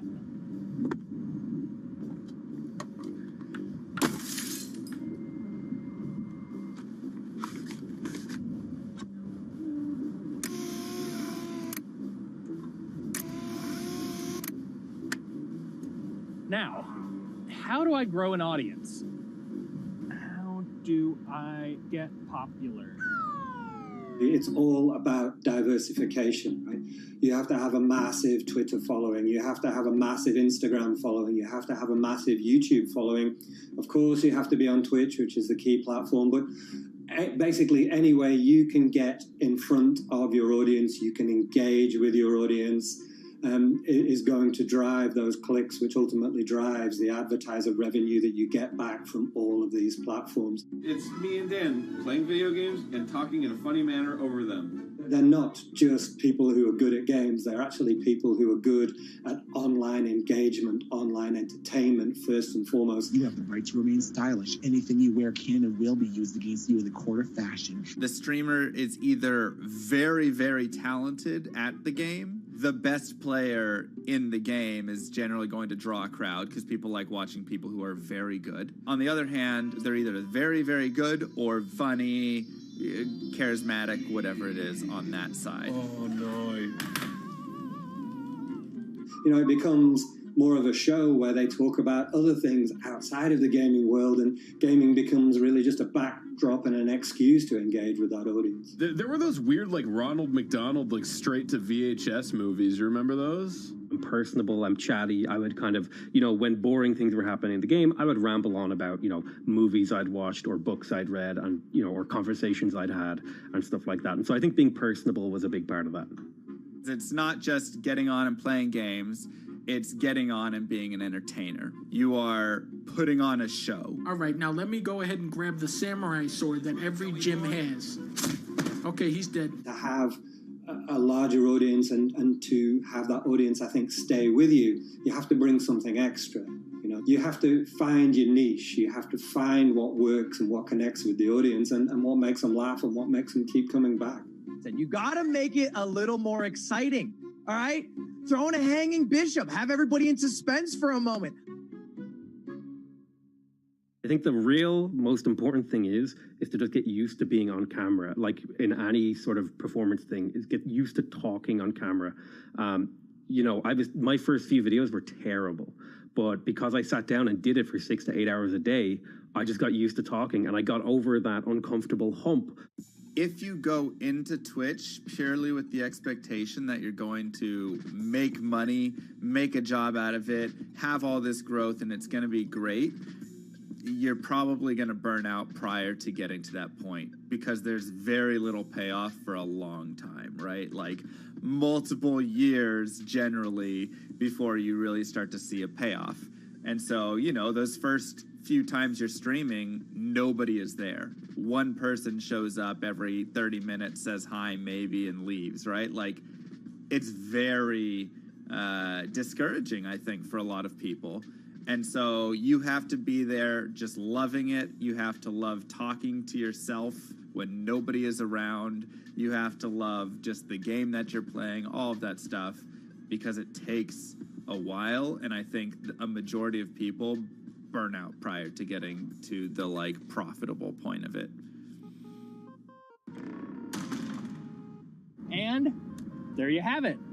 My very own YouTube, Twitch, Discord, and streaming channels all ready to go live. It's a veritable social media ecosystem just on the verge of thriving. So, don't forget to smash like and subscribe, and visit my Patreon for perks. Also, go to my merch page. And one last thing, stay cool, my friends.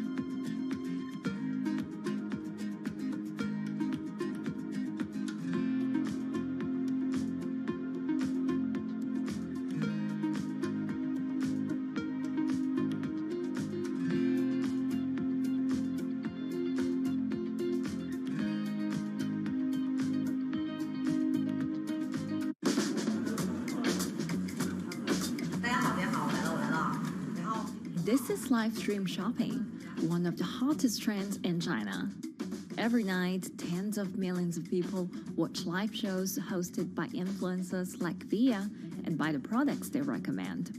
On e-commerce and social apps like Taobao and Douyin, the sister app of TikTok. 我觉得已经改变了大家的购物的方式。其实各种各样的产品，哪怕你不买，你也可以来看。当然，你看了，你就有可能会买。It's not about, only shopping. It's about the experience. It's about having fun. You got to see 3D. You got to see in some kind of action. It's almost like a theater act. The internet craze has taken over China. By the end of 2020, the country had almost 400 million live stream shopping users. China's live stream e-commerce market has also grown dramatically, with an estimated value of $161 billion in 2020. It's becoming popular outside China as well. So, is live streaming the future of shopping?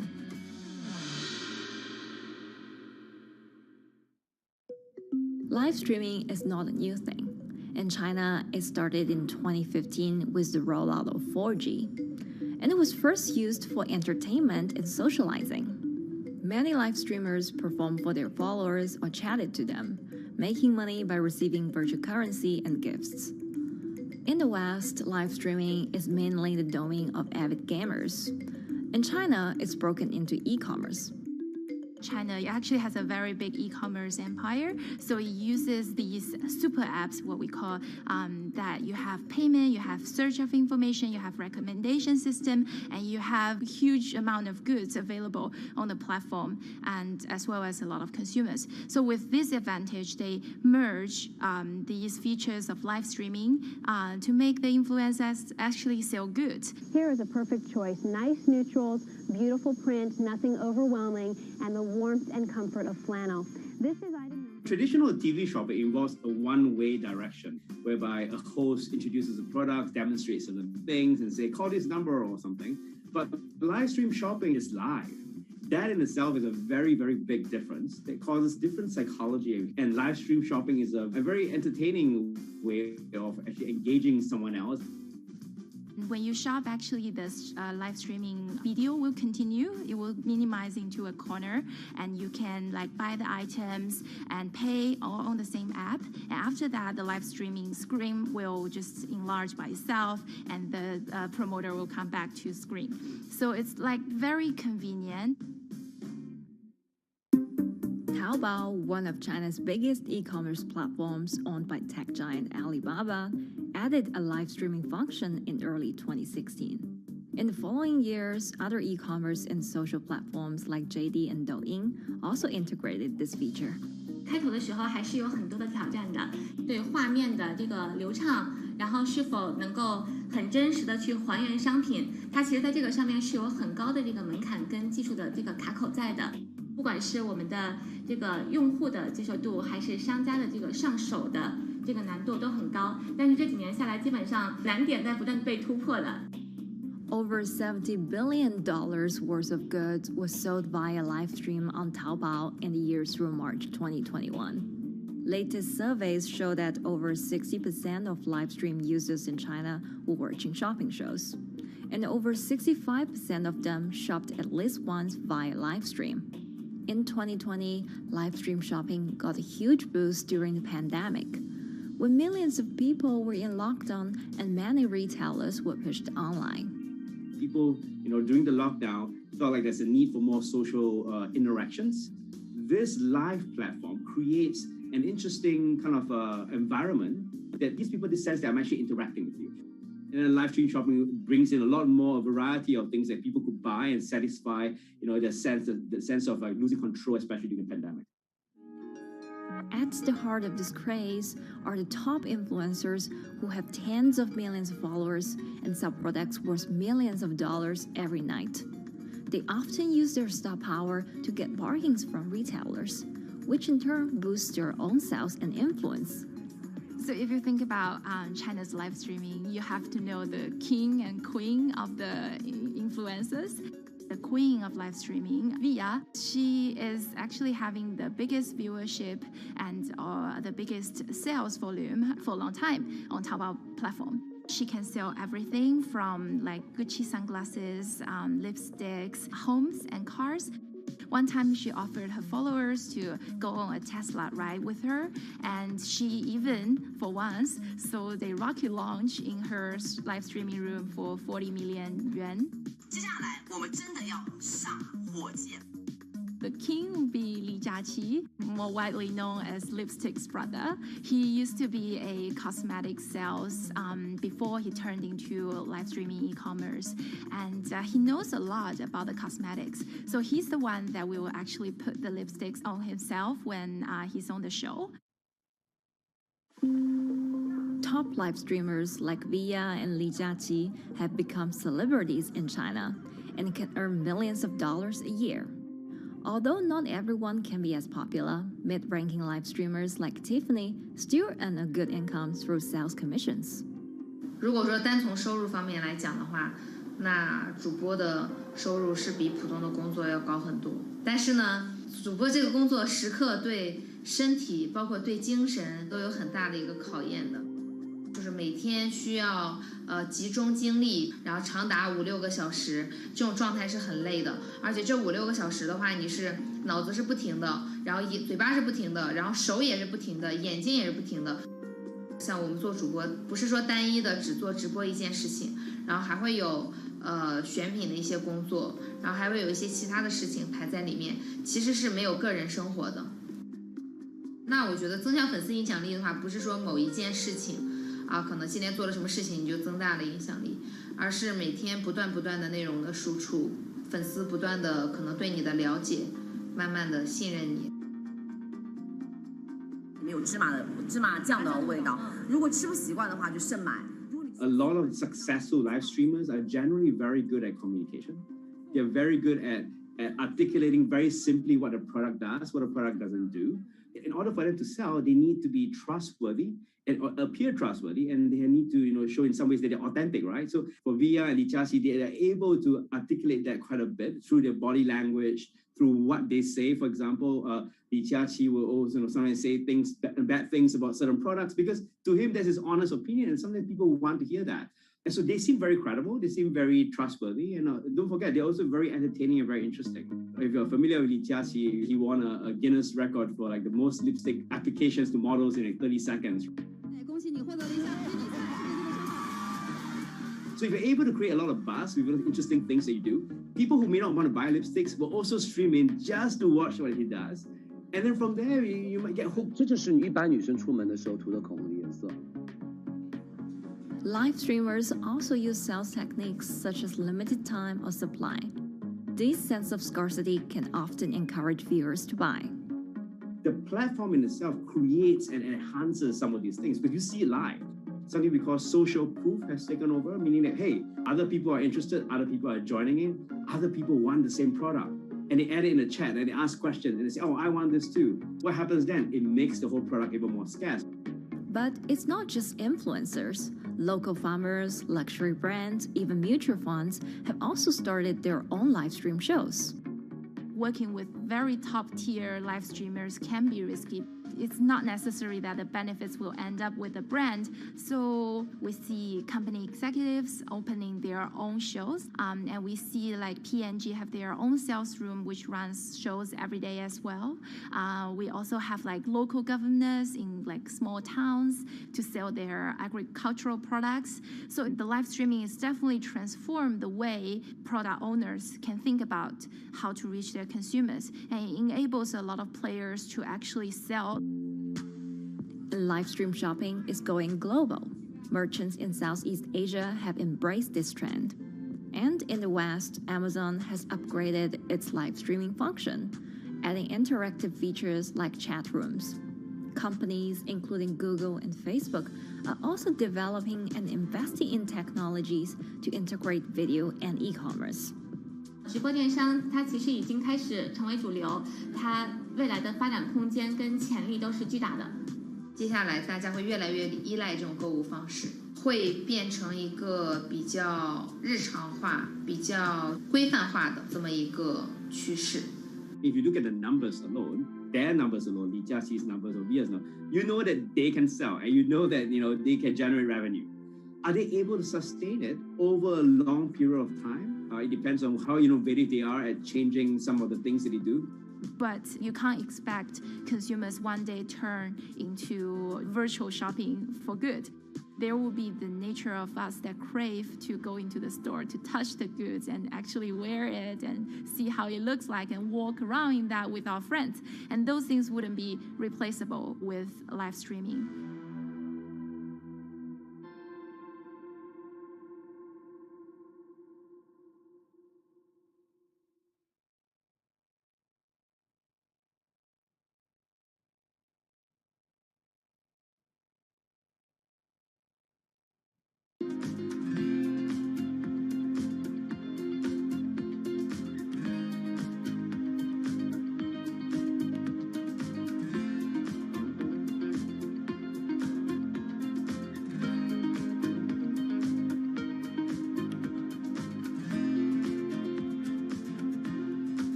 You could imagine that the oceans are actually the largest battery. We're storing huge amounts of energy in the oceans. The wave motion can be very deep. It can extend down several hundred meters. And once it gets to the near shore, from about 50 meters, the whole water column is moving backwards and forwards. As we search for ways to reduce our reliance on fossil fuels, some are looking to a largely untapped potential source of renewable energy. In theory, waves off the coast of the United States alone could generate over 2 trillion kilowatt hours of electricity a year, enough to power more than half of the country. Waves intensify and subside not as quickly as the wind, and that means that it can produce a smoother power generation curve. One of the potential advantages of wave energy is that it could act as a complementary source of power compared to other renewables on the grid if it were to be scaled up to commercial scale.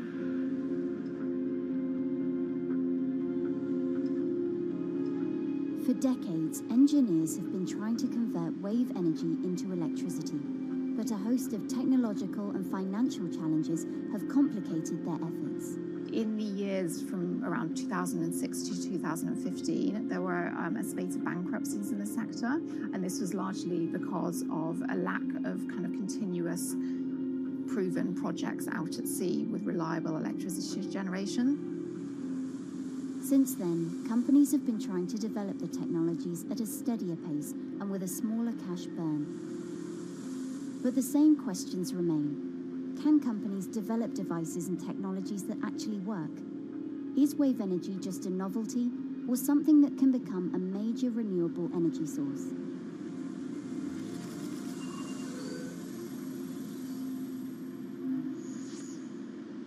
The sea is a very challenging environment within which to operate a power project.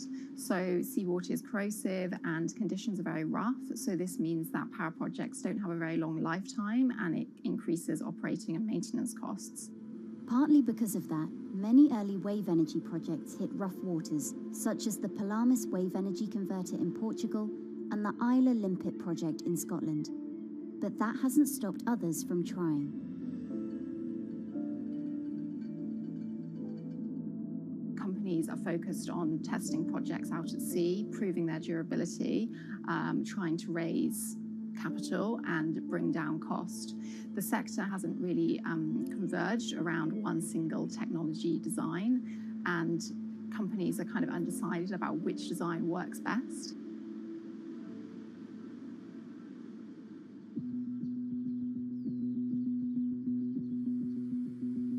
Finland-based AW Energy is a veteran in the sector. The first proof of concept of the company's device was made in the 90s after diver Rauno Koivusaari observed the strong back-and-forth movement of a hatch cover in a shipwreck in the Baltic Sea. The waves are generated far from the coastline, so the wind blows on the surface of the water, causing the water particles to rotate, and that rotation extends deep down below the surface, and the waves can be very long. They can be several hundred meters long. And as they come into the near shore, this rotational energy turns into an elliptical energy, and eventually backwards and forwards, as you probably noticed if you've been swimming on the seashore in large waves, you're pulled in and out. That's the energy that we're extracting. There's a sweet spot where we deploy, so around 10 to 15 meters of water depth. That's where there's still strong wave energy coming in. After years of research, prototyping and testing, the company has deployed Wave Roller, a 350 kilowatt device in the waters of Portugal. Wave Roller has an 18-meter wide and 10-meter high steel panel fixed to the seabed via a floatable foundation. The panel moves back and forth with the waves, capturing the energy. It's submerged in the depth of 15 meters, so it's protected from the extreme waves. We generate electricity by capturing the movement with hydraulic circuitry in a machine room underneath the surface. That hydraulic energy we turn to electricity with hydraulic accumulators and hydraulic motors, and also a generator. The Wave Roller has survived large waves at sea for over a year and delivered electricity via an underwater cable to the grid in Portugal. Meanwhile, the company has won a €2.5 million grant to work on an upgraded version of the Wave Roller, aiming to increase the electricity generation capacity to 1 megawatt. The upscaled device would have a bigger panel, 2 power takeoff units, and improved software to control the energy production. We have taken into use a wave prediction algorithm that kind of tells us what kind of waves are coming in to our device. That gives us few seconds to prepare for capturing more energy, and the difference in that is significant. Our future plans are to deliver technology around the world. So I'm hoping we can be working on delivering technology to projects in Asia and also in the American continent as well.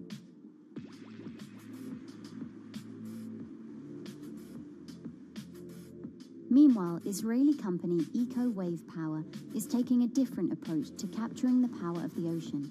For the company's founder, Ina Braverman, developing new sources of renewable energy is a personal mission. I was born in Ukraine in 1986, and 2 weeks after I was born, the Chernobyl nuclear reactor exploded, causing the largest in history nuclear disaster. I was one of the babies that got hurt from the negative effects of such explosion. I had a respiratory arrest and a clinical death. Luckily, my mother, a nurse, approached my crib on time and gave me a mouth-to-mouth resuscitation, which saved my life. I got a second chance in life and decided to do something good with it. Growing up, Ina wanted to be a politician to positively change the world. After working as a translator at a renewable energy company, she decided to change paths. Solar and wind energy were fully commercialized. There were a lot of amazing technologies implemented everywhere. I saw that wave energy, although it's an immense source of electricity, the biggest companies in the world are trying to develop wave energy with no success. And there was kind of a race going on in the world of who is the company that is going to develop a viable wave energy solution first. In 2011, the then 24-year-old Inna co-founded EcoWave Power. Instead of installing devices offshore, the company's devices are attached to existing breakwaters, jetties, and piers. Our technology is very cost efficient, especially in comparison to the offshore technologies, because we don't need any ships, divers, underwater mooring, or cables. We install on existing man-made structures, and all our expensive equipment, the generator, the hydraulic conversion unit, the automation, is located on land just like a regular power station. This is the EcoWave Power conversion unit that has been operating in Jaffa Port since 2014 until 2020. Here you can see how the technology works.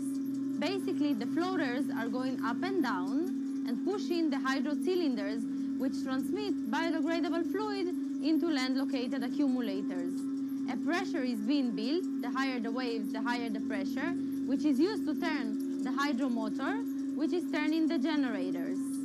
The whole system is controlled by a smart automation system, which you can see right here. And in case of upcoming storms, the system automatically raises the floater above the water level and keeps them in the upward position until the storm passes. The company has been operating a 100-kilowatt grid-connected device in Gibraltar since 2016, which is enough to power 100 households. Currently, Inna and her team are working on another 100-kilowatt project at the port of Jaffa in Tel Aviv. The project will be also the first time in the history of Israel that wave energy will officially connect to the electrical grid. And our goal going forward is to expand it to all suitable breakwaters in the city of Tel Aviv and to supply a significant part of the city's electricity needs. Today, engineers and entrepreneurs are still trying to crack wave energy. Globally, only a few hundred kilowatts of wave energy are deployed, compared with gigawatts of offshore wind. But the field has come a long way in recent years, and with the right engineering solutions, this new power source could eventually become competitive with more mature renewables like solar and wind. I would have a lot more confidence in the success of wave energy companies today as opposed to like 20 years ago. But in the next few years, or maybe the next couple of decades, it will be more likely to be used in remote locations like islands that are otherwise dependent on expensive diesel power, or out at sea on gas decommissioning rigs, or for powering underwater autonomous vehicles. So definitely, wave energy can compete with other renewable energy sources, but I personally believe that this is not a competition. In order to have a 100% renewable energy friendly world, we need all renewable energy sources to work together.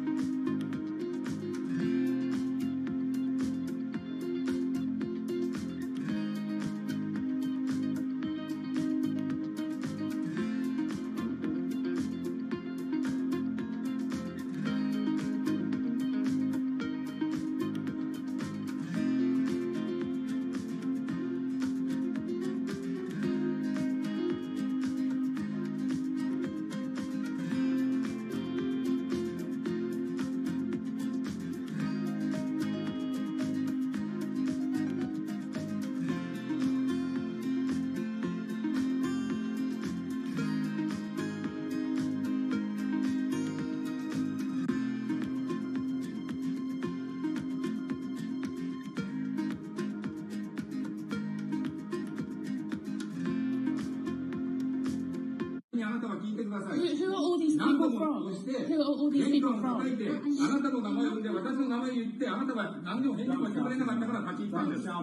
So can you please tell me? I'm not going to... please wait. You know, I've covered a lot of companies. I've covered a lot of Machiavellian companies where, you know, people play rough. I don't think I've ever seen anything on the scale of Nissan. He is making you, but you act for Nissan. I mean, it's corrupt. The system is... One of the most dramatic elements was Ravinder Passi's home being raided by court officials in Yokohama. You scared my wife. You scared my children. I worked in Nissan for 16 years. So Rav Passi's journey into the darkest recesses of the Japanese corporate world started when he was the general counsel, the highest corporate lawyer position in the company. In the past few minutes, Nissan has revealed that its chairman has been arrested after allegations of serious misconduct. He was tasked with investigating Carlos Ghosn. And he was told, conduct an internal investigation and get to the heart of the matter. And then along the way, he started to notice serious conflicts of interest. He is one of the few people who knows an extreme amount of detail regarding the alleged crimes by Carlos Ghosn. And he's now ready to tell his own story on the record about some of the events that happened.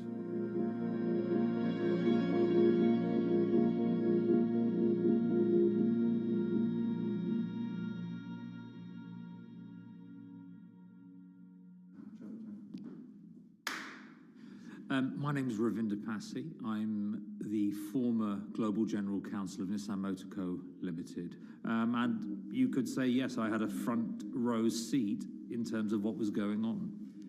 When Carlos Ghosn saved Nissan years ago, he was depicted in Japanese comic books as this hero, and now maybe we'll see comic books where he's the villain. In corporate Japan, Nissan was quite an unusual company. It was led for 2 decades by a non-Japanese executive. Well, Carlos Ghosn was a hero in the Japanese business world. If you had a global business celebrity in Japan and worldwide, it was definitely Carlos Ghosn. In a country with few foreigners at the top, he stood out.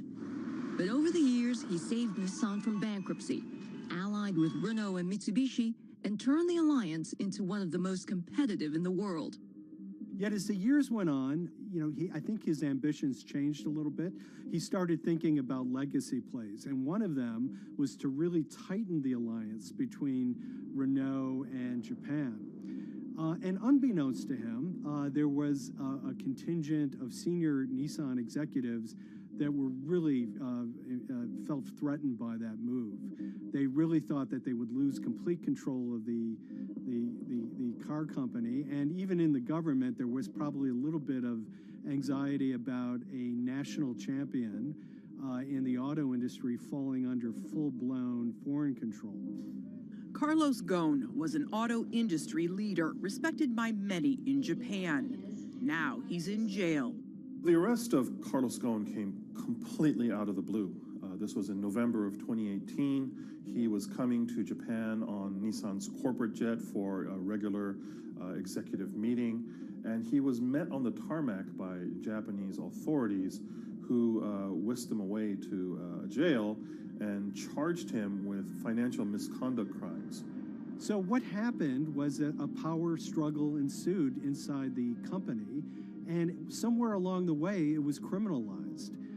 By that I mean that there were allegations leveled at Carlos Ghosn about the way he reported his pay to Japanese authorities, the way he handled money inside the company, that in other contexts might have been a board action, might have been handled internally. A number of executives at Nissan decided to take this difference and take it over to the Tokyo prosecutor's office, and that unleashed a chain of events that would shake the entire auto industry. So after Carlos Ghosn was arrested, Nissan launched an internal investigation into the events that led up to his arrest. So Rav Passi was tasked with investigating Carlos Ghosn, and he was told, get to the heart of the matter, find out what Carlos Ghosn did wrong and bring it to our shareholders.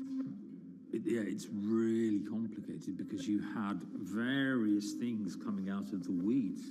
2018, the investigation has started, and we become aware of matters in terms of conflicts, actions by certain individuals that cause some concern because things might not quite be what they seem. So in our story, we really took a close look at Harinada and his role in Carlos Ghosn's downfall. Harinada is one of the most fascinating figures inside Nissan. He's also a lawyer. He's originally Malaysian. Hello, Mr. Hari. And he had a meteoric rise through the company and became very, very close to Carlos Ghosn and other top figures. He had a front row seat at all the major strategic deliberations at the company. And when he discovered that Carlos Ghosn, as his final legacy play, was going to tighten the relationship between Renault and Nissan, he made a decision to go against Carlos Ghosn. And he became one of the key figures that decided that Carlos Ghosn had to go.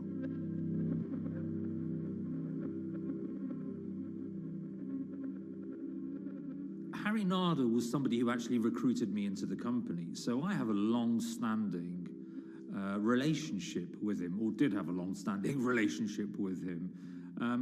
For many, many years, he was a mentor. I had doubts about the credibility of the process right at the start. Harinada had a plea deal with the Tokyo prosecutors. Now, that suggests he was intrinsically involved in some of the wrongdoing, or the allegations of wrongdoing, and it just didn't smell right, just doesn't sit right. So there was a basic conflict of interest. In other words, Harinada had to deliver results to Japanese prosecutors to avoid his own criminal liability, and he's accusing and leading the investigation of Carlos Ghosn. Some of the people who had been involved in the original alleged crimes were also looking into the affairs themselves. Ravinder Passi began pointing out some of these conflict of interest issues. And the reason for that is essentially his concern was for the company. If the company's own investigation into itself was compromised, that could lead to a very weak position in various lawsuits that it was dealing with across the world. I had discussions with Harry, discussions with the statutory auditors about these conflicts, discussions with HR about some of these conflicts, because at that point, we reported into him. You know, at the time, everything was quite, as you can imagine, it was, we've got to do this, we've got to do that, we've got to move fast. But when you step back and look at some of these things, you just think, my God, what was going on here? Because me, members of my team, were being placed in immediate danger. Your chairman's been arrested, a representative director's been arrested. They both happen to be foreigners. And then now what we need to do, we're being instructed to do, is certain compliance professionals need to go into properties in Brazil, for example, and retrieve evidence. They've got to do it very carefully, because if they don't do it carefully, they're going to get convicted of criminal activities. And likewise, when a team of lawyers were commissioned to go to Lebanon. I mean, one of my immediate concerns was, why are lawyers from Nissan being sent to go to Lebanon to retrieve evidence? These are just lawyers, they're corporate lawyers from Nissan. You had revelations that a number of executives had benefited from share appreciation rights And they shouldn't have. I mean, you know, substantive amounts of money being taken by these guys when they weren't entitled to take them. And you do think, yes, how is this going to look later on? It's going to look quite concerning. So that triggered for me the sort of assessment that, well, I'm going to have to do something, because up until this point, I haven't put down on paper these conflicts and these issues.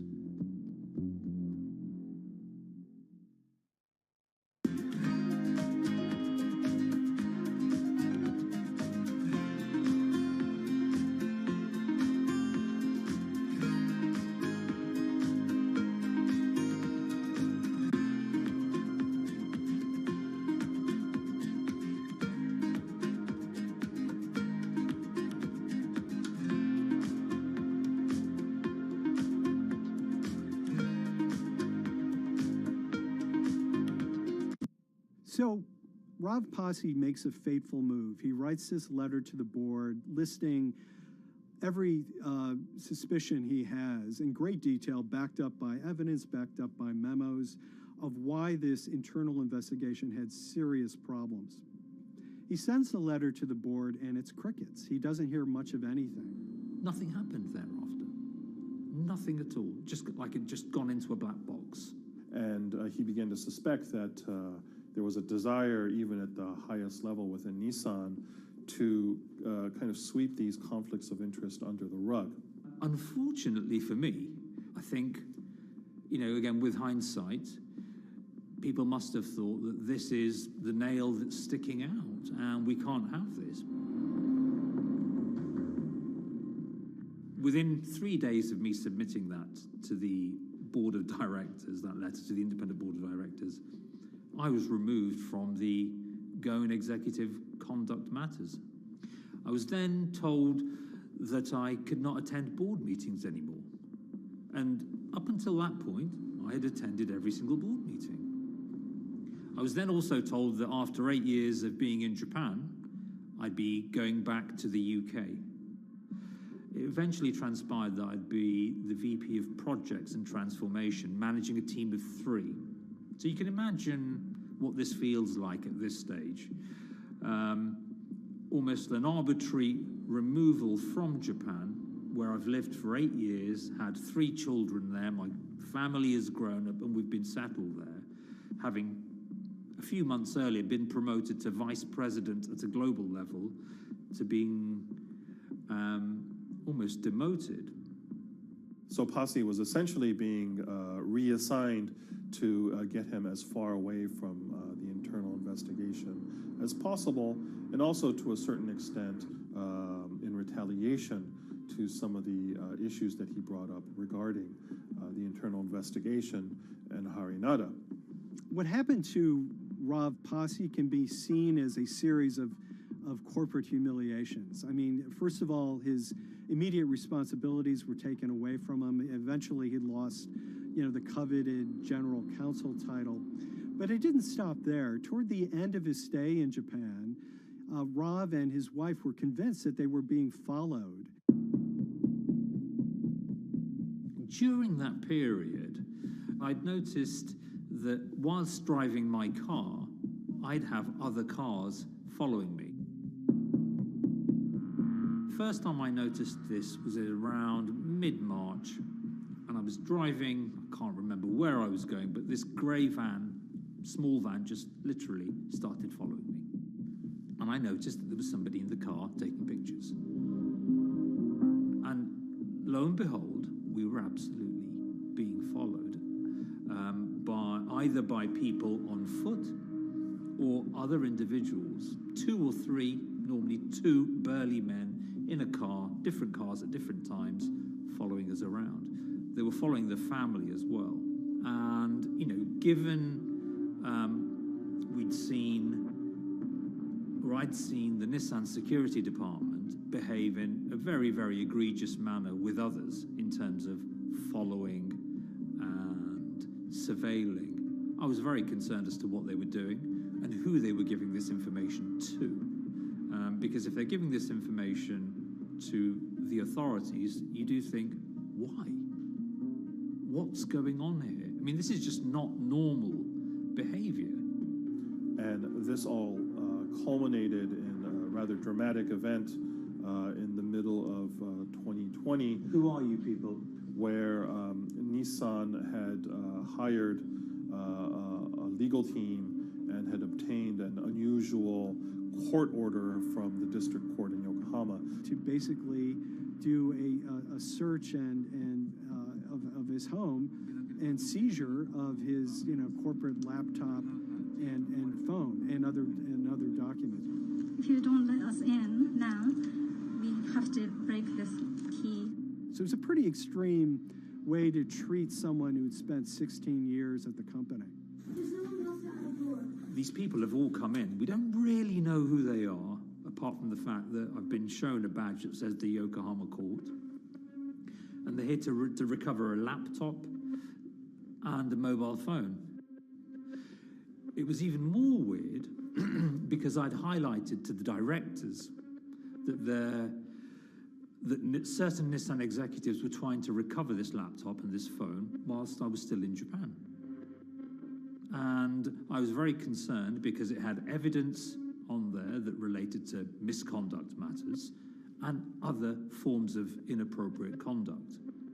It was just another form of intimidation, another form of harassment, forcing me almost to leave the company and the country.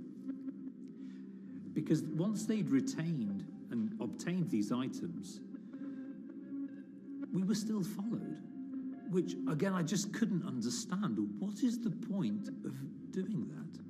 You know, this isn't a car company. This is not the KGB.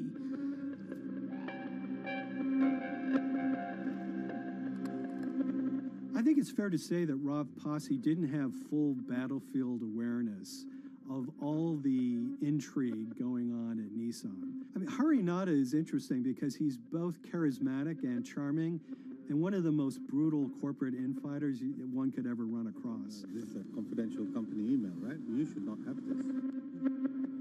If he had fallen into line, he would probably still have his job at Nissan, be paid very well, and continued his work. A career that he spent 16 years building at Nissan is irretrievably broken. It's been smashed to smithereens. He and his family paid a huge price, certainly. But in terms of being able to sleep at night, I think, he's come out ahead. I highlighted issues to the highest levels of the company so that they could be dealt with appropriately by those in charge. There was no response to those, and there was retaliation against me. What's really profound, like absolutely profound, is that none of your colleagues, I mean people who you have known for years, forget it. Yeah. You're on your own. Yeah. And you got to be ready for that. You've got to be ready for that. If you take it on anyway.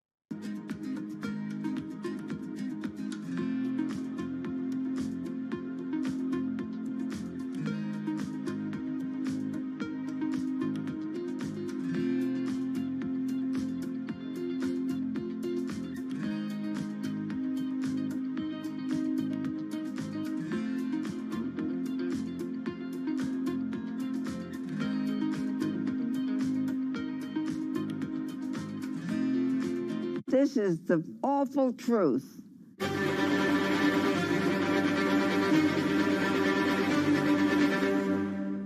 There's always someone in the family that's pushing it.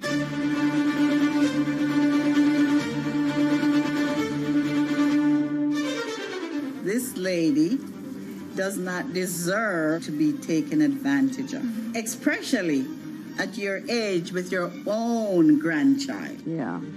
My grandma is having to sue them. I'm testifying against them. Nobody's talking. They're one floor below right now. I get afraid to go on the elevator. It's sad that it had to devolve to this. It's like a soap opera. It's a very sad thing. It's a family feud. A family feud. Here's a family that, on paper, you would think has the wealth that so many people seek, yet at the end of the day, it seemed to sort of rip everybody apart.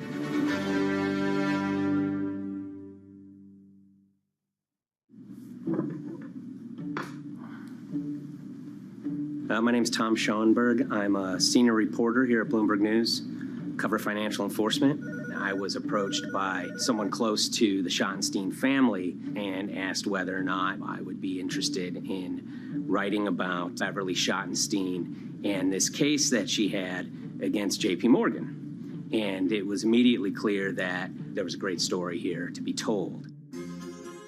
So I started just, assembling all sorts of documents that the family made available to me. That included a diary that Beverly had begun writing when she started having suspicions about what was actually going on with her money. Beverly obtained her wealth from the Schottenstein kind of retail empire that has at times included Big Lots, Value City, American Eagle Outfitters, DSW Shoes. Beverly's husband died, and at which point they sold off their portion of the company, bringing them an enormous amount of wealth at around 1990. Estimates of her wealth were around $90 million. She, for many years, had that pool of money being managed by outside advisors. Her grandsons in the late 2000s had both graduated and were becoming financial advisors. She gave them a little bit to work with, and over time, her grandson, Evan, became the trustee of her entire estate. Managing sort of family money is not a conflict. In fact, some ways in wealth management, it's kind of how you get your start. It's kind of the seed that you need to sort of get going in the business. But Beverly started having suspicions that something was wrong probably in around 2016. Well, there were suspicious things, but taken separately without everyone talking about their own experiences, it was hard to really put it together. She had written a check to her caretaker, Dawn, that bounced. So she went down to her local Chase branch to sort of find out what was going on. She wasn't getting paper statements in the mail, so she asked them to print out a number of her statements having to do with her checking account and her credit card account. So we went to the bank and asked for the statements. And she got a whole year and going through all of them, page by page by page. And it was there she saw all sorts of charges that she said she didn't authorize or didn't know about. I was becoming very, very suspicious. I was starting to look in the money part, and that's what bothered me more when I saw that money was going. And I was not a big spender. Around the same time, Dawn, she starts noticing Beverly's son, who lived in the condominium below her, came up with Evan with a shredder and started grabbing papers in her office area, including some with JP Morgan letterhead, and just started sitting at the kitchen table just shredding documents over and over. Yeah, they came in one morning. They used to do it in the back. Through the back door, and they brought the shredder inside. And then they went in the drawers in the office and took out all the papers, and they started doing it. I was very suspicious because I know you don't go around and destroying papers. Beverly said that they had done this many times before. That's when she said to me, Dawn, I'm going to write my feelings in this black book. Diary. And it's a diary, and she started writing. Each day she would write a little at a time. Around the holidays of 2018, a package had arrived, a FedEx package, and in it were materials about a venture capital fund based out of the Cayman Islands. Dawn and some other family members take a look at this, and they see that Beverly's is signed up for this fund to the tune of $5 million over the course of several years. And that was really the beginning of it. That was sort of the tip of the iceberg when it became obvious that something was going on, that my grandmother really wasn't aware of this fund. You know, Beverly started to panic. She got really upset and called, JP Morgan's headquarters in New York and asked for Jamie Dimon. She said she was told someone would call her back, but she says that never happened. She wrote a letter to Evan and Avi, and in there she laid out a number of things that were concerning her: unauthorized trading, the checking account. She had about $1 million worth of jewelry in a safe deposit box, and that her son Bobby had the key to that box, and that jewelry had gone missing. All this was kind of packaged in this, 5-page handwritten amendment to a will and trust. There's such an evolving narrative about why the jewelry was taken. The only truth we really know is that the jewelry is gone. But why it happened, there have been a lot of different stories. You just don't take your mother's wonderful things and hand it out. And they emailed that note to JP Morgan to seize all activity on her account. And it ended up setting off a firestorm after that. As soon as they got this email that there was a cease and desist and that she wanted to send her money and change brokerage firms, they were actually vacationing one floor below downstairs. They're there right now. The next day, Beverly's in her place, the granddaughter's still in her place visiting. Dawn is there, and up comes Bobby kind of barging through the door. And he's screaming about what was sent to the JP Morgan. They're now investigating them. And he's furious, takes his mother and sort of puts her into a chair, gets pen and paper, and she says physically forced her to write a retraction letter. They were pushing me around. It was a scary time. I was really afraid too. I had to take her to the doctor, and she did an x-ray because she was in so much pain. The locks had to be changed. The phone number had to be changed. I really thought we were going to have to hire guards to be outside just for protection. Oh, it was terrible. Horrible scene.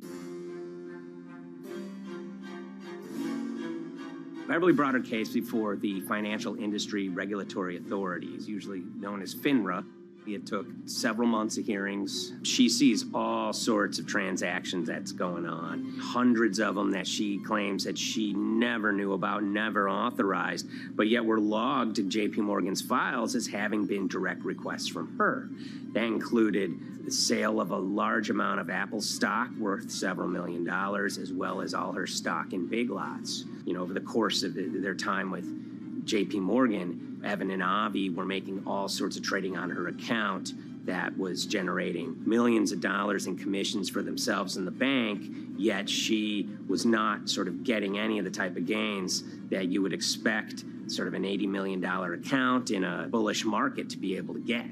They issued a ruling entirely in her favor, finding that her grandsons, as well as JP Morgan, they were liable for violating their fiduciary duty, misrepresenting themselves, and they also found that the bank and her grandson, Evan, were liable for elder abuse.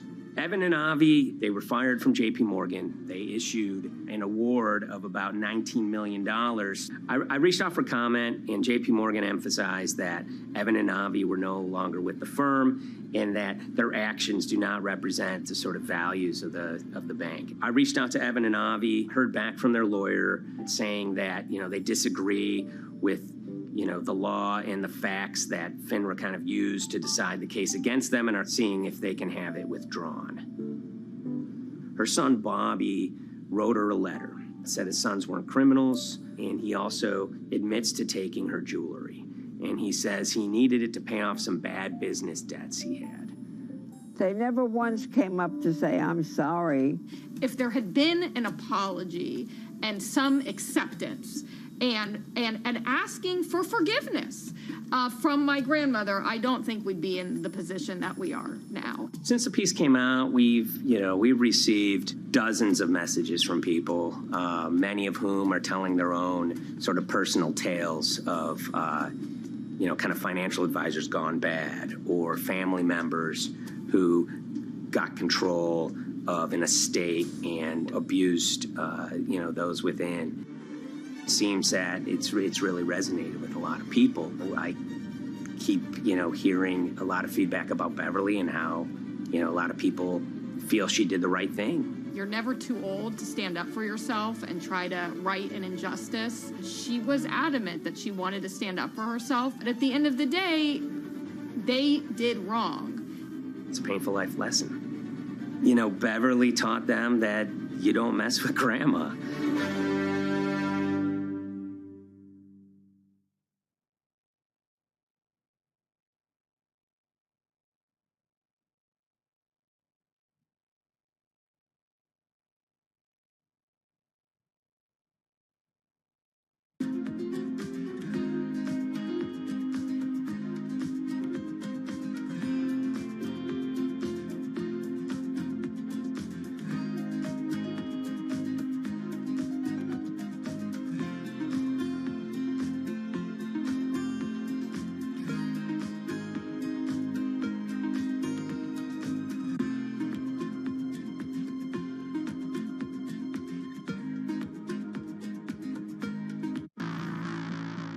On April 20th, oil markets did something they never had before, and they crashed, went into negative territory, and closed the day at minus $40. Meanwhile, in a place called Thaden Boyce in Essex, a group of 9 traders, led by a guy called Cuddles, made $660 million over the course of a couple of hours. The price of oil has collapsed to a record low. We've never really seen anything like it. WTI this morning down more than 35%. People maybe wouldn't have been so surprised if the oil price had fallen to zero, but the oil price went to minus 38. It went far lower than anyone had expected. And so lots of people in the market were saying, well, hang on, something else is going on here. A couple of months later, I started to get wind through a kind of network of sources that a tiny firm in the outskirts of London had made a huge amount of money that day and potentially had some part to play in what happened. The information we got was that 9 traders at Vega Capital London had made in the region of $660 million in one day. As a group, I think they made as much money in one day as Apple makes from its international sales in one day. I mean, it's an insane sum of money. Did they pull off a fantastic trade? Did they predict the way the market was moving and get it absolutely right? Or was there something else going on, and had they actually done something that breached market rules in a bid to sort of push the market? And that investigation is ongoing.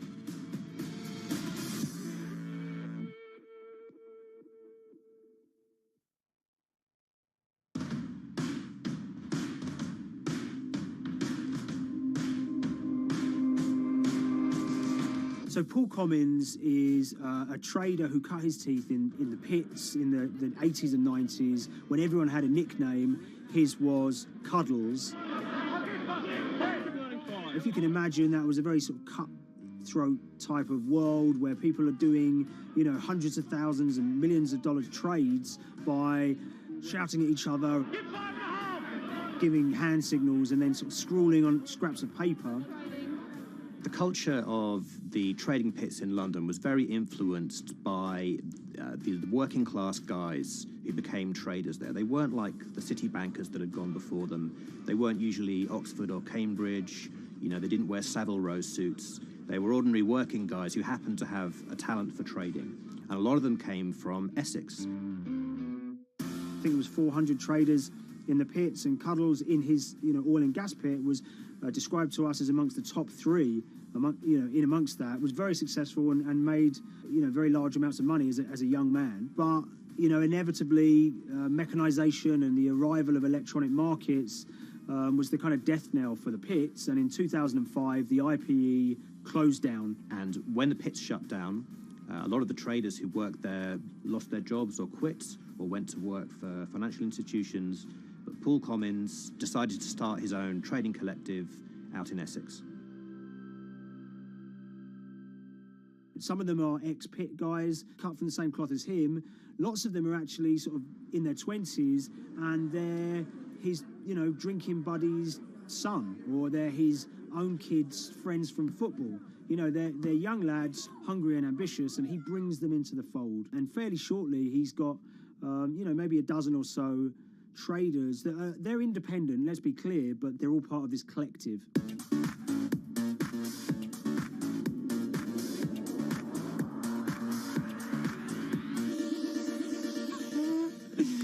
Yeah, I'll let Liam deal with Essex. I am from Essex, so I feel like I'm free to, to get into this. Sweet, as they say. If you were to ask someone in Britain how they would imagine a kind of Essex person, they would see someone who's maybe slightly flamboyant, with a sort of Cockney accent, a sort of Guy Ritchie-style accent. Not afraid to splash the cash, but it's probably pretty bright and has done well for themselves. Don't even make sense, does it? But, these guys, they drove around very nice Rolls Royces and Bentleys. They went to places like Marbella on holiday.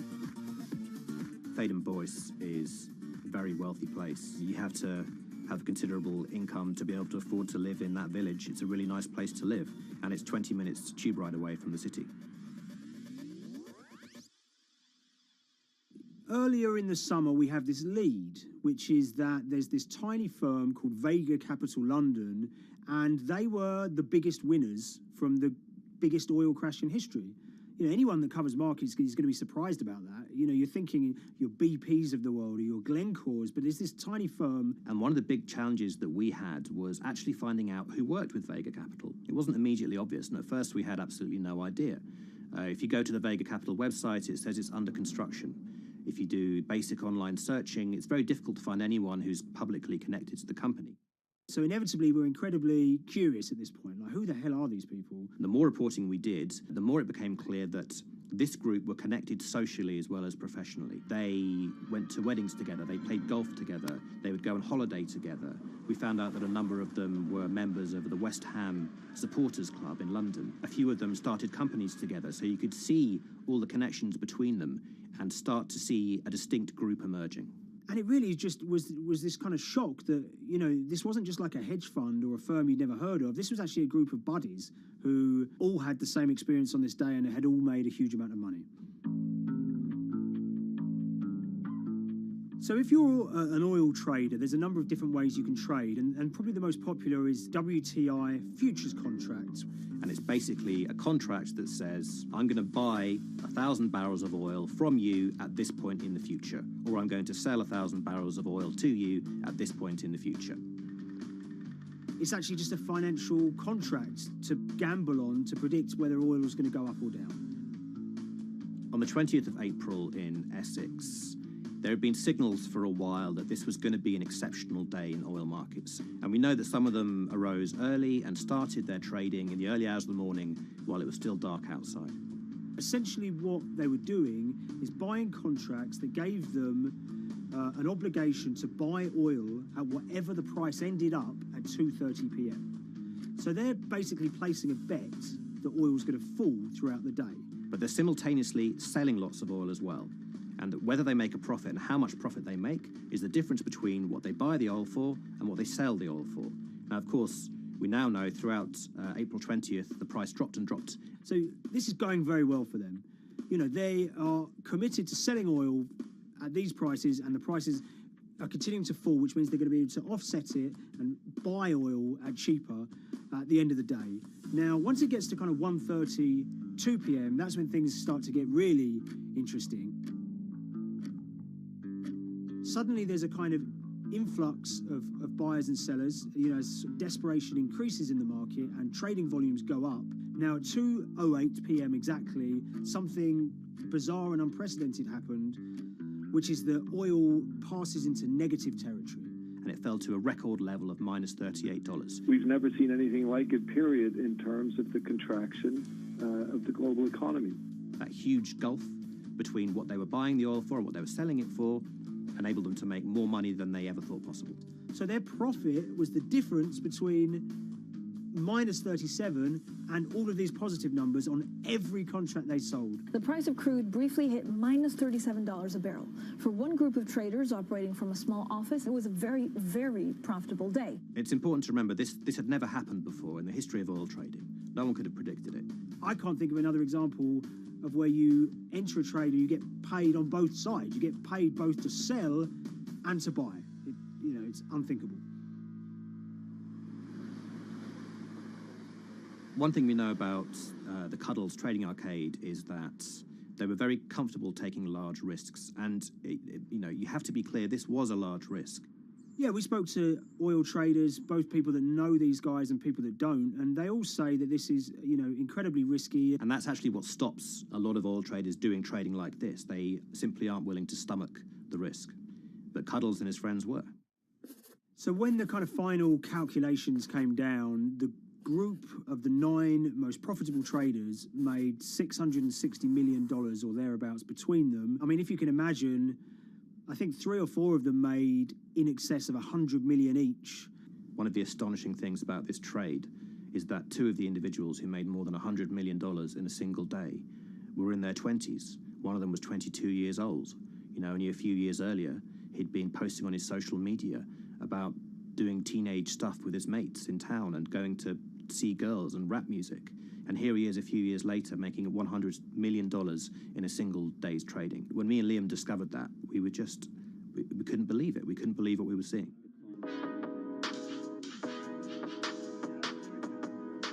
Oil trading is a zero-sum game. Anytime you're making money as an oil trader, someone else is losing it. Amongst the biggest losers were the investors in this Chinese fund, Crude Oil Treasure Fund.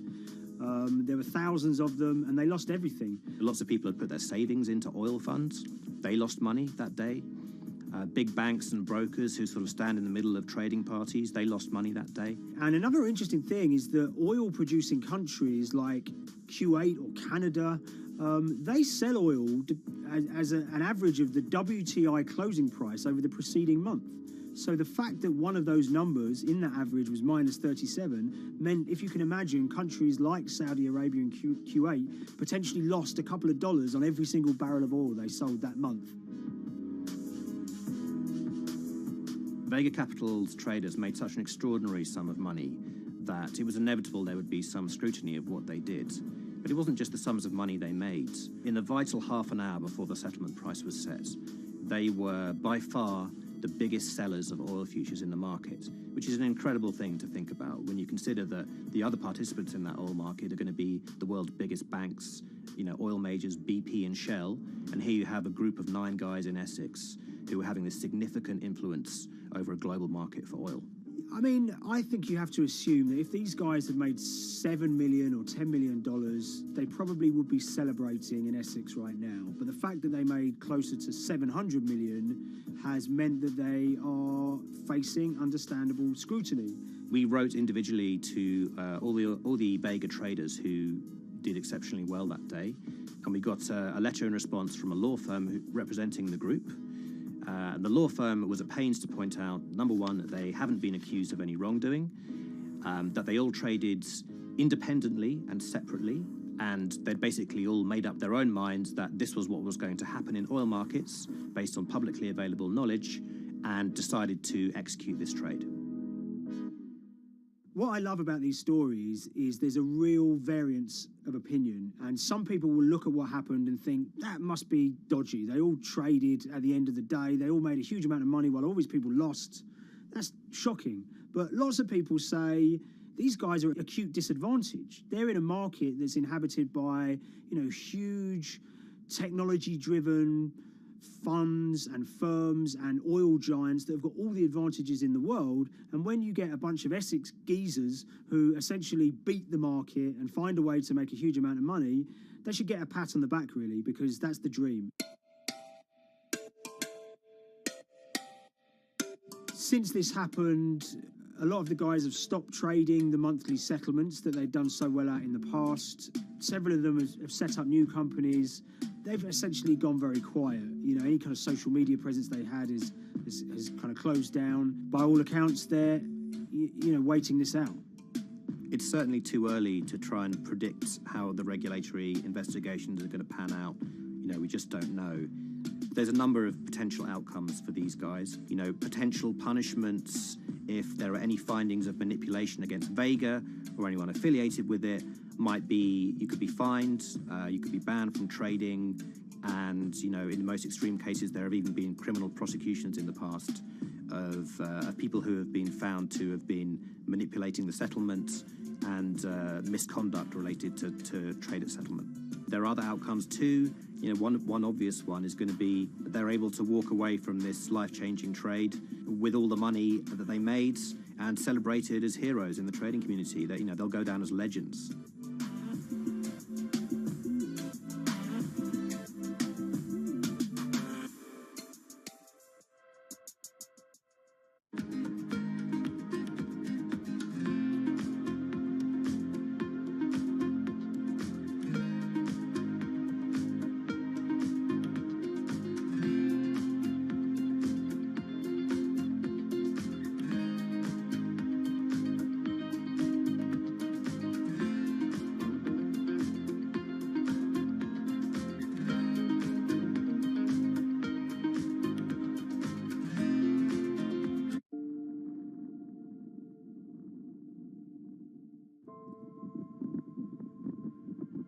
It's very important, given the nature of the climate crisis right now, for the general public to have an understanding of what progress is or is not actually happening. And I think many readers right now, they'll see these hundreds and hundreds of companies making these big, bold climate claims. And they would be forgiven to think that we're well on our way to meeting the emission reduction trajectory we need to be on. And the reality of the matter is we're just not on that trajectory. And a key reason for this sort of disconnect is the use of offsets that aren't doing what they claim to be doing. We have a massive potential for sort of willful blindness. We can convince ourselves of things regardless of what the facts are. And so that's what tends to happen in these cases. It's not that anybody is setting out to commit climate fraud. They sort of walk themselves into a situation and they convince themselves of one thing, and that allows them to convince themselves of another thing. But at the end of the day, they're doing something that makes no sense at all.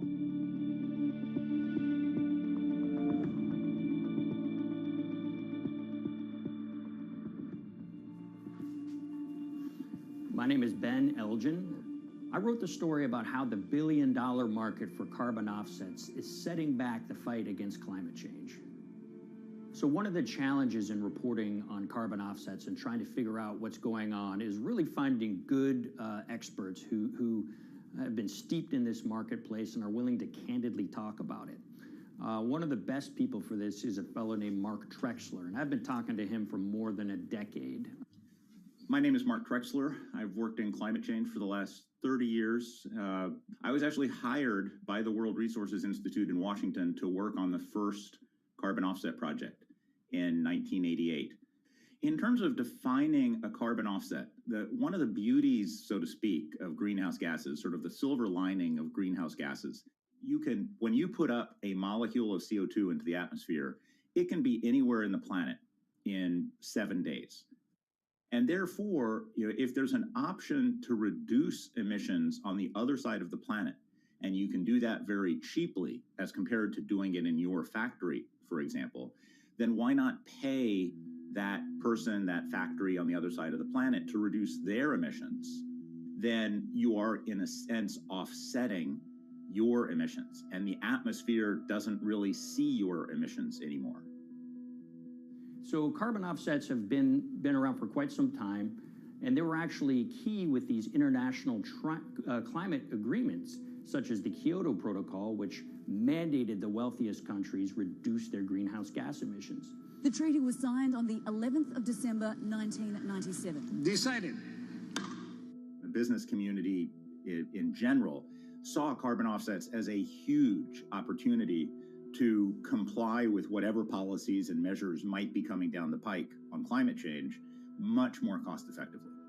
We've seen a huge surge in companies making big proclamations about how they're going carbon neutral or zeroing out all of their carbon emissions. We're going to reduce our carbon footprint to net zero. Unilever is committing to net zero emissions. We can achieve a net zero emissions world. We began looking at these corporate claims of dramatically reduced emissions, and we noticed so many of these companies were using carbon offsets to achieve these aims. And as we began to look at the carbon offset projects themselves, what we found is that the environmental benefits claimed by these companies are not actually what they seem to be.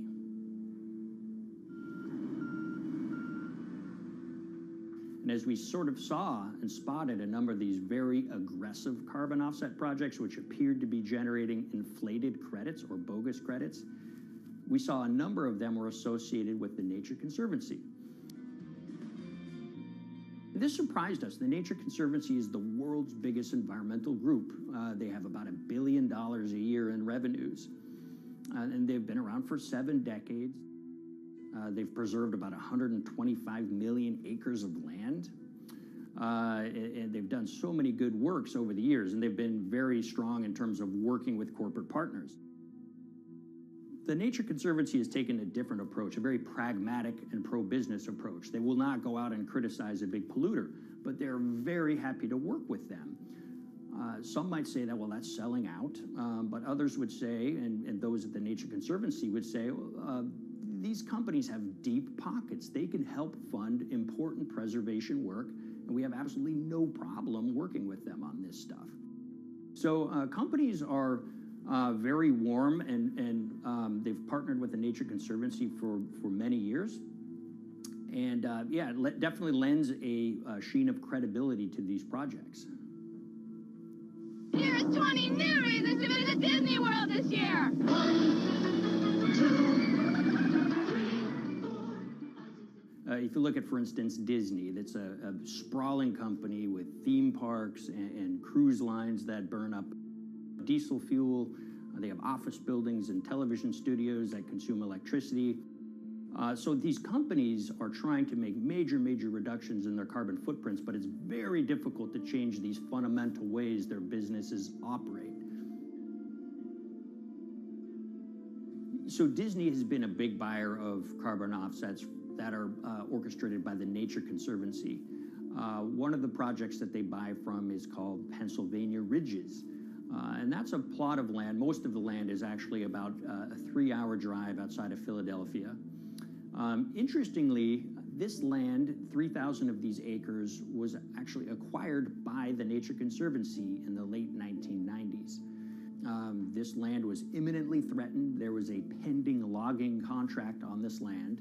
So they do what they've done so well for all of these years, which is they go out, they raise money from local philanthropists, and they go buy this land to protect it from developers and loggers. And at the time, according to an archived version of the Nature Conservancy's website, when they were proudly announcing this deal, they said, these threats have been abated because of this acquisition by the Nature Conservancy. So it's really interesting now, fast forward 2 decades to earlier this year when they put forward this carbon project. And if you look through it, this land is a key part of that carbon project. And what they're now saying is this land is now, once again, imminently threatened. 72% of the trees are going to be cut within 5 years. Now, this is just astounding because this land is owned by the Nature Conservancy. They do not clear-cut land that they've bought through philanthropic donations. So this scenario that they've put forward to get carbon revenues is not really plausible. And what that means is when you have Disney coming in and buying these credits, when it eventually lowers its carbon footprint because of these credits, well, that won't be a credible or truthful claim by Disney.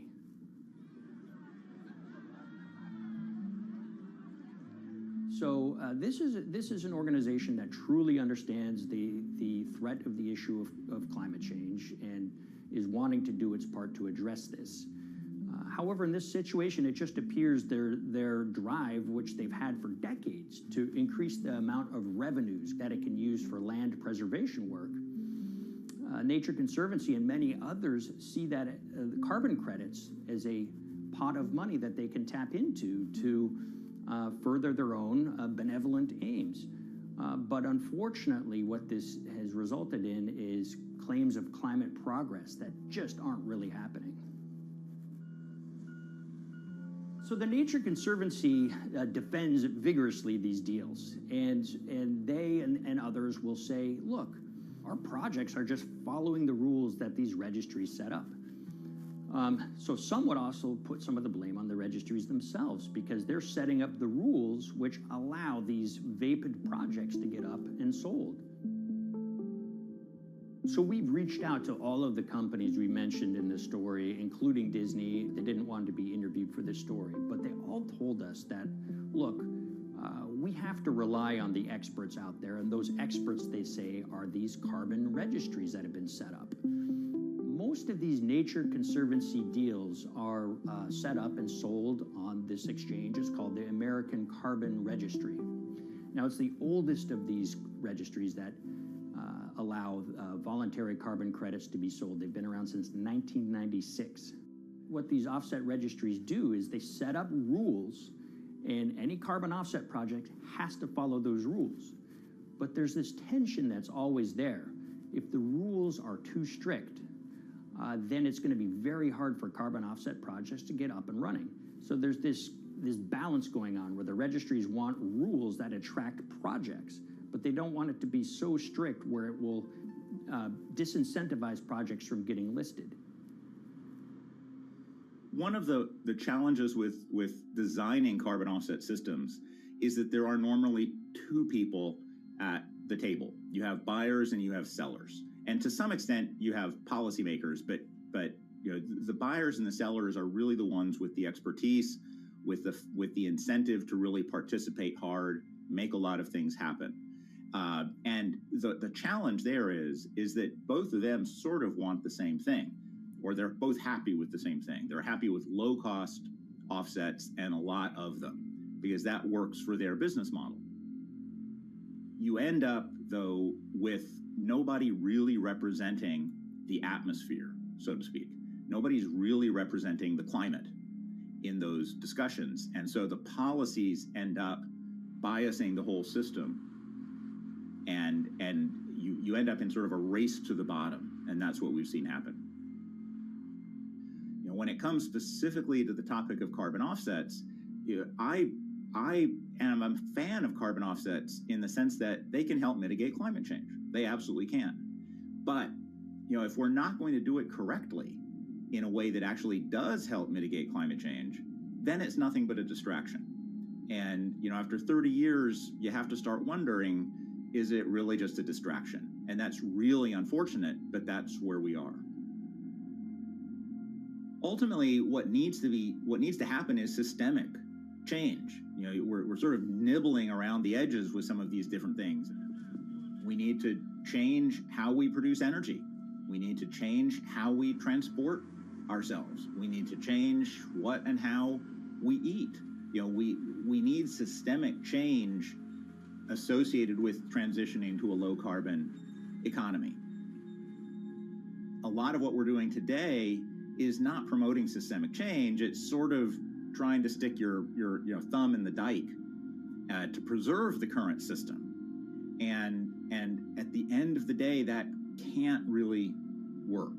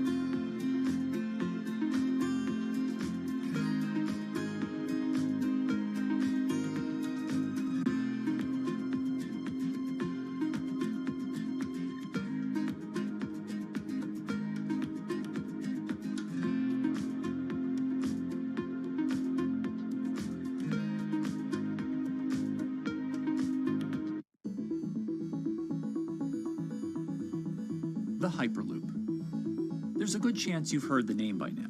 This is the Hyperloop system. It can take people hundreds of miles in minutes.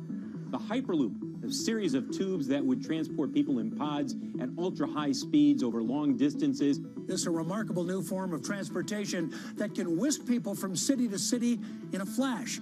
29 minutes from New York to D.C., 30 minutes from L.A. to San Francisco. For years, we've been seeing these futuristic, utopian renderings of some cross between a spaceship and a monorail. But lately, the Hyperloop is becoming much more real. Yes. It was surreal to be even sitting inside a Hyperloop, and just even more incredible to actually be like riding down a track in something that was nothing more than a crazy idea 6 years before. Companies all around the world have been developing and testing the technology needed to propel passengers at speeds of over 1,000 kilometers per hour. But for many, speed is only the first step to unlocking the full transformational effects of a new mode of transportation. Fast is what we just sort of take for granted in the Hyperloop world. It's the network effects that really deliver the benefit. And that opens up a completely different scale of economic opportunity.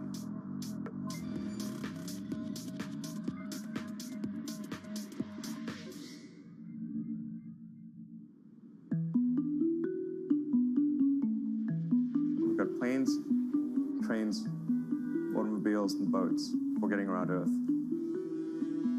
But what if there was a fifth mode? And I have a name for it, which is called the Hyperloop. The Hyperloop? Hyperloop, yeah. In 2013, while riding high on the growing success of Tesla and SpaceX, entrepreneur Elon Musk released a white paper outlining the basic framework of the technology he called Hyperloop. The basic idea goes a little something like this. A tube reduces the air pressure to a near vacuum-like environment. A Hyperloop pod is then suspended in the tube, usually by magnetic levitation. The whole pod can then be propelled forward. Because there's no traditional friction sources like air resistance or rolling friction that would push back against the pod, the Hyperloop is able to move at incredibly high speeds and do so fairly efficiently. Despite its futuristic name, however, the general concept behind Hyperloop is actually pretty old. In fact, New York City's first attempt at an underground public transit system in the 1870s was based on a similar principle. The pneumatic transit system was short-lived, however, only stretching one block and topping out at a rather leisurely 10 miles per hour. While Elon would make some 21st century improvements to this concept and bestow a very 21st century name, he wouldn't end up pursuing the technology itself, instead electing to focus his efforts on something a little bit deeper, literally digging the requisite tunnels via his boring company. It would take another billionaire industrialist who dabbles in spaceflight. No, wait, not that one. Yeah, that's the one. After Richard Branson would make a large investment in the company Hyperloop One, it would be renamed to Virgin Hyperloop. What we've always been trying to do as a company is show that this technology could work, that it could be made safe, and that ultimately it's something that's happening in the next couple of years, not the next 20 years. Josh Geigel is the co-founder and CEO of Virgin Hyperloop. In a familiar tech startup story, he's seen the project go from a garage to a large-scale testing facility outside of Las Vegas. So we started building the first kind of Hyperloop system in 2016. We've done a lot of work, about 500 tests that we've done on that over the last 5 years. And what we realized that we need to do is take that technology, show that it can be commercial, so drive the cost down, improve the efficiency, improve the performance. But the key thing is actually making it approachable and safe for individuals. In order to do that, Josh, along with Virgin's head of passenger experience, Sarah Lucian, bravely volunteered to take the inaugural ride. What her and I were realizing is we're the first two people sitting in a Hyperloop. The only type of people that have gone through this environment are in spacesuits, and there we are in just normal clothes because of the system, the safety of what we've designed. 3, 2, 1, launch. And then once we started going, you felt a bit of acceleration. We accelerated a little bit harder than we would in commercial. It'd be like a sports car. Yes. We got to about 108 miles an hour on that test. And it's a short run. It's about 500 yards or so. And came to a stop. The test, lasting only about 20 seconds and covering only a quarter of a mile at just over 100 miles per hour, is a long way away from a true functioning Hyperloop. But as for optics, it's a crucial step for the future of funding. The number one question we got from investors or from project proponents or just people in general was like, is a Hyperloop safe? And what better way to show something is safe than by actually getting people on it? But convincing investors and governments that would likely be fronting some of the construction costs for an unproven technology is no easy task. First and foremost is the question of safety. Most people don't know how an airplane works, but yet they get on an airplane. They get on an airplane because, it's faster than driving, and most importantly, they've probably gotten off of one before, they've seen someone get off of one before. And so what we set out to do was actually show that Hyperloop could be safe with two normal people, not astronauts, not adrenaline junkies or test pilots or anything like that. Two normal people getting on a Hyperloop, and then most importantly, those two people getting off. But beyond safety concerns, constructing Hyperloops will undoubtedly require a significant capital investment to the estimated tune of around $60 million per kilometer of track. So a track from San Francisco to Los Angeles, for example, is likely to come with a price tag over $10 billion. And before large governments are willing to come in and front those costs, investors who are funding Hyperloop development must accept it as a long-term mixture of technology and infrastructure investing. Investors that are used to short returns because you're developing apps or something to that effect, those aren't the investors that really get excited about Hyperloop. What you start to see is the people that are looking at platform technologies, right? So this idea that because the smartphone existed, Uber could exist, right? So who are like the Vanderbilts of this century? And that's the part where you're going to get a lot more no's than yeses. But those people that have the ability, the fortitude to stick it out, to see the game-changing platform here, those are the people that we're looking for. And since we've done that passenger test, there has been a lot of interest that's really, this is a lot sooner than I thought.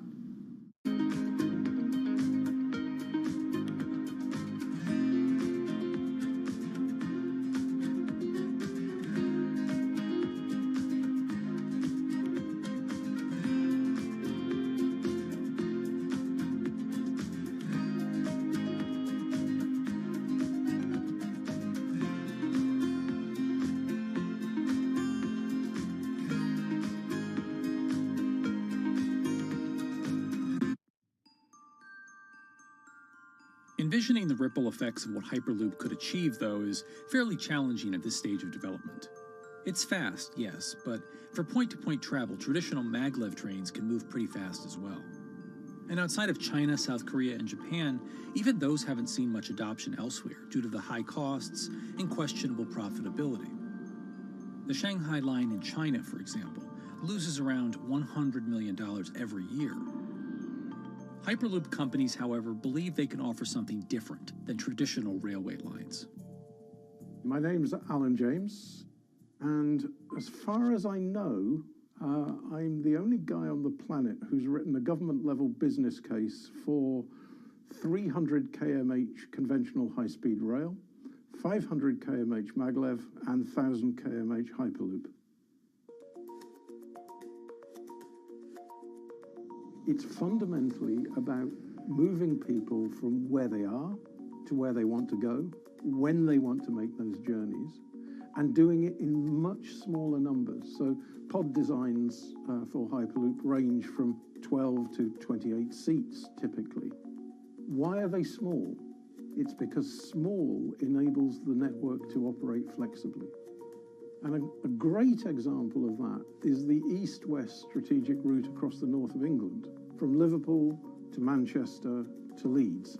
So to get from Liverpool via Manchester to Leeds by train is just short of 2 hours today. It'll probably take you 2 hours driving as well in average traffic conditions. Net result is those three city regions remain three separate entities: Liverpool, Manchester, Leeds. There's very little commuting traffic between those urban areas. Hyperloop absolutely changes that from the ground up. Liverpool to Manchester is a 5 or 6 minute journey. Manchester to Leeds is also a 5 or 6 minute journey. What that effectively does is create a single supercity economy. In this vision, the Hyperloop acts a little more like a highway, where pods have fixed destinations and don't need to stop along the way. Meaning you can travel on a Hyperloop network from, say, Liverpool to Leeds, while the pod behind you travels from Liverpool to Manchester. And if that metro Hyperloop network is connected to other networks from the same location, you could travel from Liverpool to Paris or Liverpool to Amsterdam, all without making a single stop. For passengers, for business, for leisure, that is utterly transformational. For high-value freight and logistics, it's equally transformational. But critically, if you do a Hyperloop network at scale, you begin to deliver massively significant carbon savings too. A multi-regional Hyperloop network could become a replacement for both short-haul passenger and cargo flights and traditional ground transportation, both of which are significant carbon producers. One Hyperloop-connected distribution hub, perhaps at an airport that is predominantly used for international air freight, replacing maybe 10, 12, 15 distributed road hubs. It takes a lot of polluting and inefficient truck haulage off the roads. That itself means roads gain extra capacity. Hyperloops will still need to use electricity to both move pods and maintain the near vacuum environment in the tube. Proponents of the technology believe that this can be done by using renewable sources, including a combination of solar panels and battery technology that could be used along the Hyperloop itself.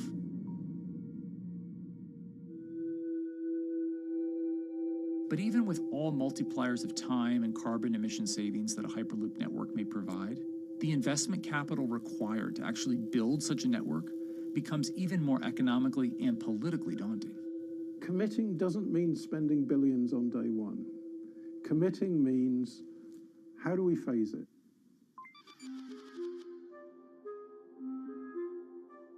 One company in the Netherlands is working to develop that technology, and perhaps more importantly, the international coalition needed to make the Hyperloop network a reality. So we are here in Europe's first full-scale Hyperloop test facility, where we can already prove every conceptual technology of the Hyperloop. This is Tim Houter, a co-founder and CEO of Hart Hyperloop, headquartered in the city of Delft. And while this testing tube might not seem as large as others, inside is a key technology to create the on- and off-ramp type infrastructure of a Hyperloop network. That is, a lane switch. That's something we can already test here. You can actually see it here, that the track is diverging from one track into two. That makes it possible to eventually split up the Hyperloop track in two sections. And in that sense, you can create a complete Hyperloop network that in the end will make it possible to travel, for example, over a whole continent. Take Europe, for example, with the same ease as you can now travel with a metro in a city. The nice thing about this magnetic levitation system that we've developed is that there's absolutely zero moving components in the track. So for example, if you have to do a lane switch, all you do is that the tube basically splits up, and statically the tracks also split up. And whenever the vehicle enters a switch, it either pulls itself to the right with its magnets, or it pulls itself to the left with its magnets.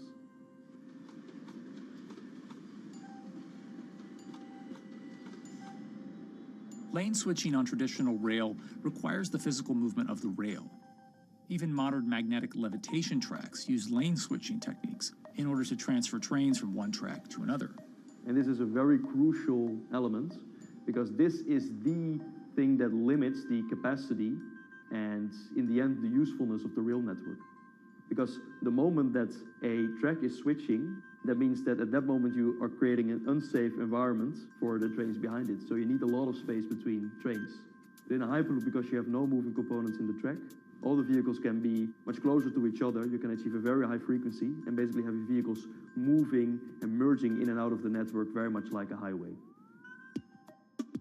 For now, though, Hart's physical testing has been limited by the size of their tube. Because the test track is only 30 meters long, they haven't tested this lane switch at speeds greater than 20 kilometers per hour.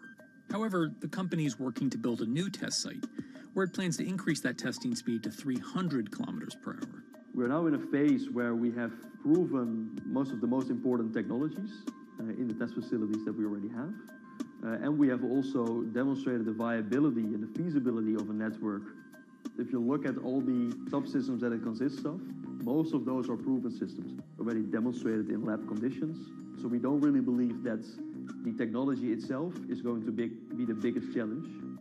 Because for all Hyperloop companies out there, actually building a Hyperloop system requires more than just a good product. We're talking about the safety aspects, we're talking about integration into the environment, we're talking about the social aspects. Do people feel comfortable traveling in such a system? So it's about all these different aspects, and the complexity is really getting all the different stakeholders that are relevant and that do need to contribute to bring this to market, to get them all following the same roadmap.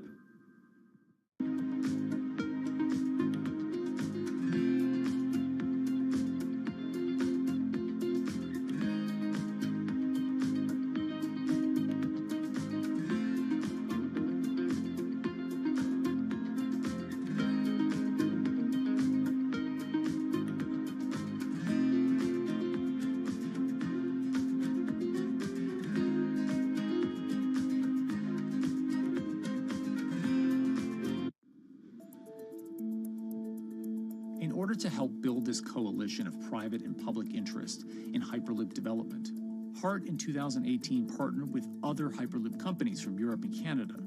The goal was to define, establish, and standardize the framework to regulate Hyperloop systems.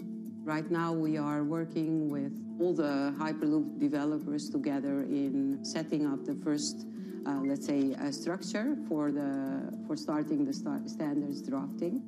One of the most important goals for HART is interoperability, which is essentially making sure that different systems can communicate with each other.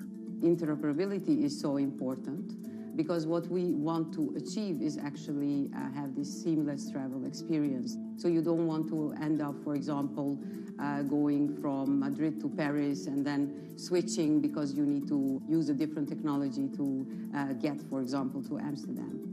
The idea being that as companies around Europe create the first commercial Hyperloop tracks between individual cities, one day those can all be connected to a larger network.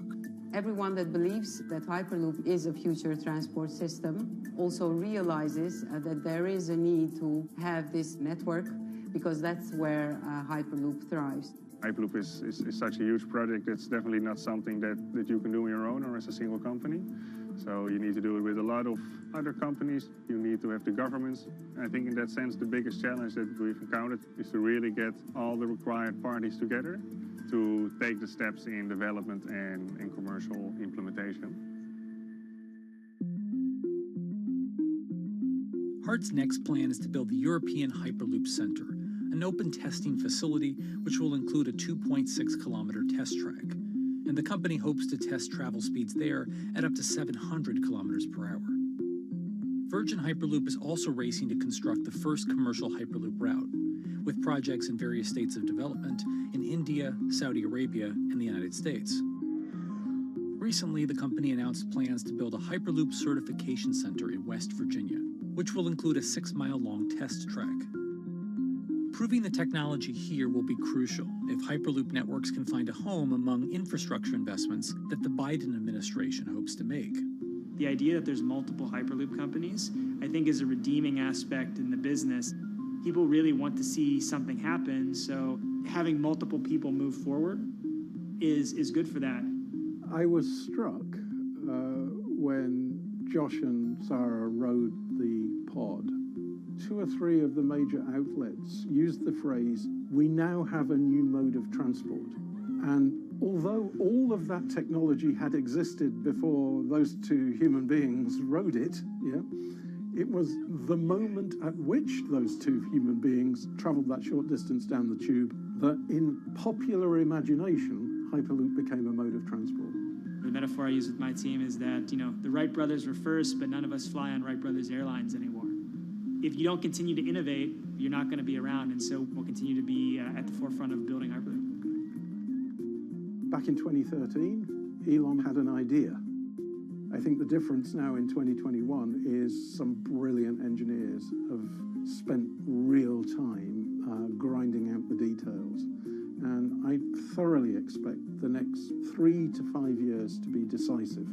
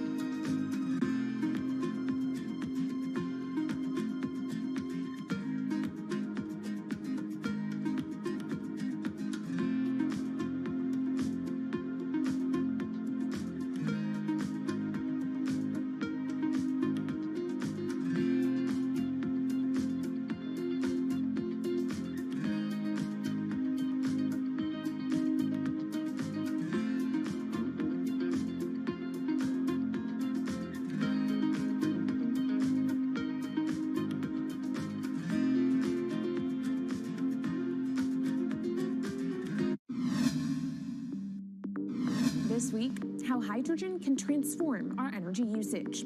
We'll look at why the universe's most abundant element could be a game changer in the climate revolution. Hydrogen technologies are not new. They are used in other sectors. We use them in space, on our rockets, and we don't need the laws of physics to change to be able to use hydrogen on our planes. From iron ore to green hydrogen, one of Australia's richest men tells us about his pivot to sustainable energy. Let's take action. It's practical, it's implementable. Let's do it now. Plus, the hydrogen revolution. We'll speak with the CEO of Italian utilities firm Snam about his new book and how green hydrogen could be competitive within 5 years. Costs are coming down and people are waking up to the fact that it's the only way to decarbonize certain sectors. From Bloomberg's global headquarters in New York, I'm Kaylee Lyons, and this is Bloomberg Green.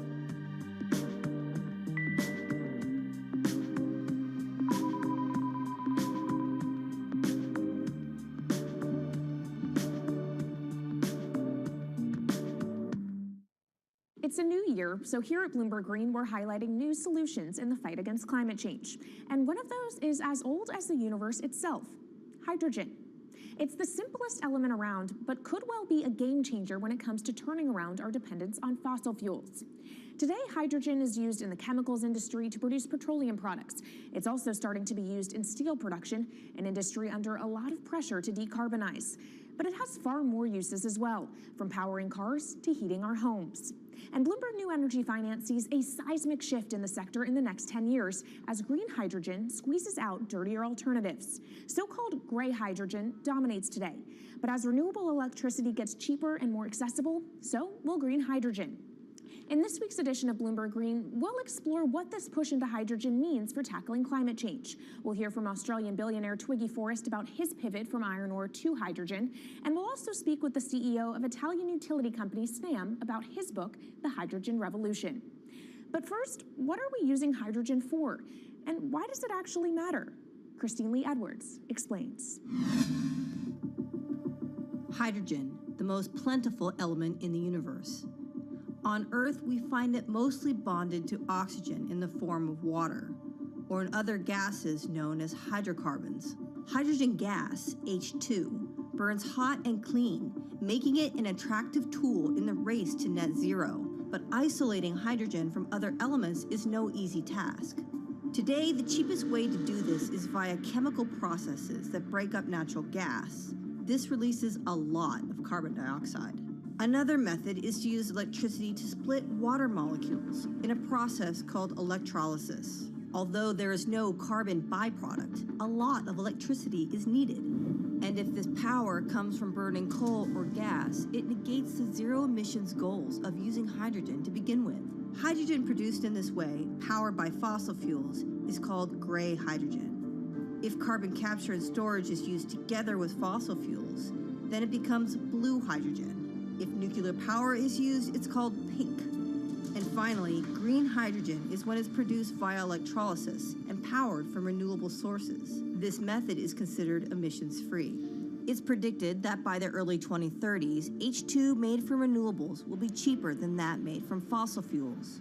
But that hinges on the cost of electrolysis declining, which will be achieved through larger projects and an expansion of manufacturing. To be clear, vast amounts of H2 are already used today. Global production in 2018 totaled 117 million metric tons. This hydrogen is mostly used for its chemical properties, not as a source of energy, and very little of it is clean. Some sectors like steel could start using hydrogen for these chemical properties, replacing coal. Industries like cement and glass may also use hydrogen as a source of heat. Another advantage is its energy storage potential. It can be stored over long periods of time and used when more power needs to be added to the grid. It also could hold an advantage over batteries in heavy transport and shipping. The promise of hydrogen for energy has been around since at least 1874, when Jules Verne wrote about it in his book, The Mysterious Island. But the future of hydrogen will depend on policy. Countries with net zero targets, carbon pricing, and hydrogen strategies with investment mechanisms are likely to see the highest H2 demand.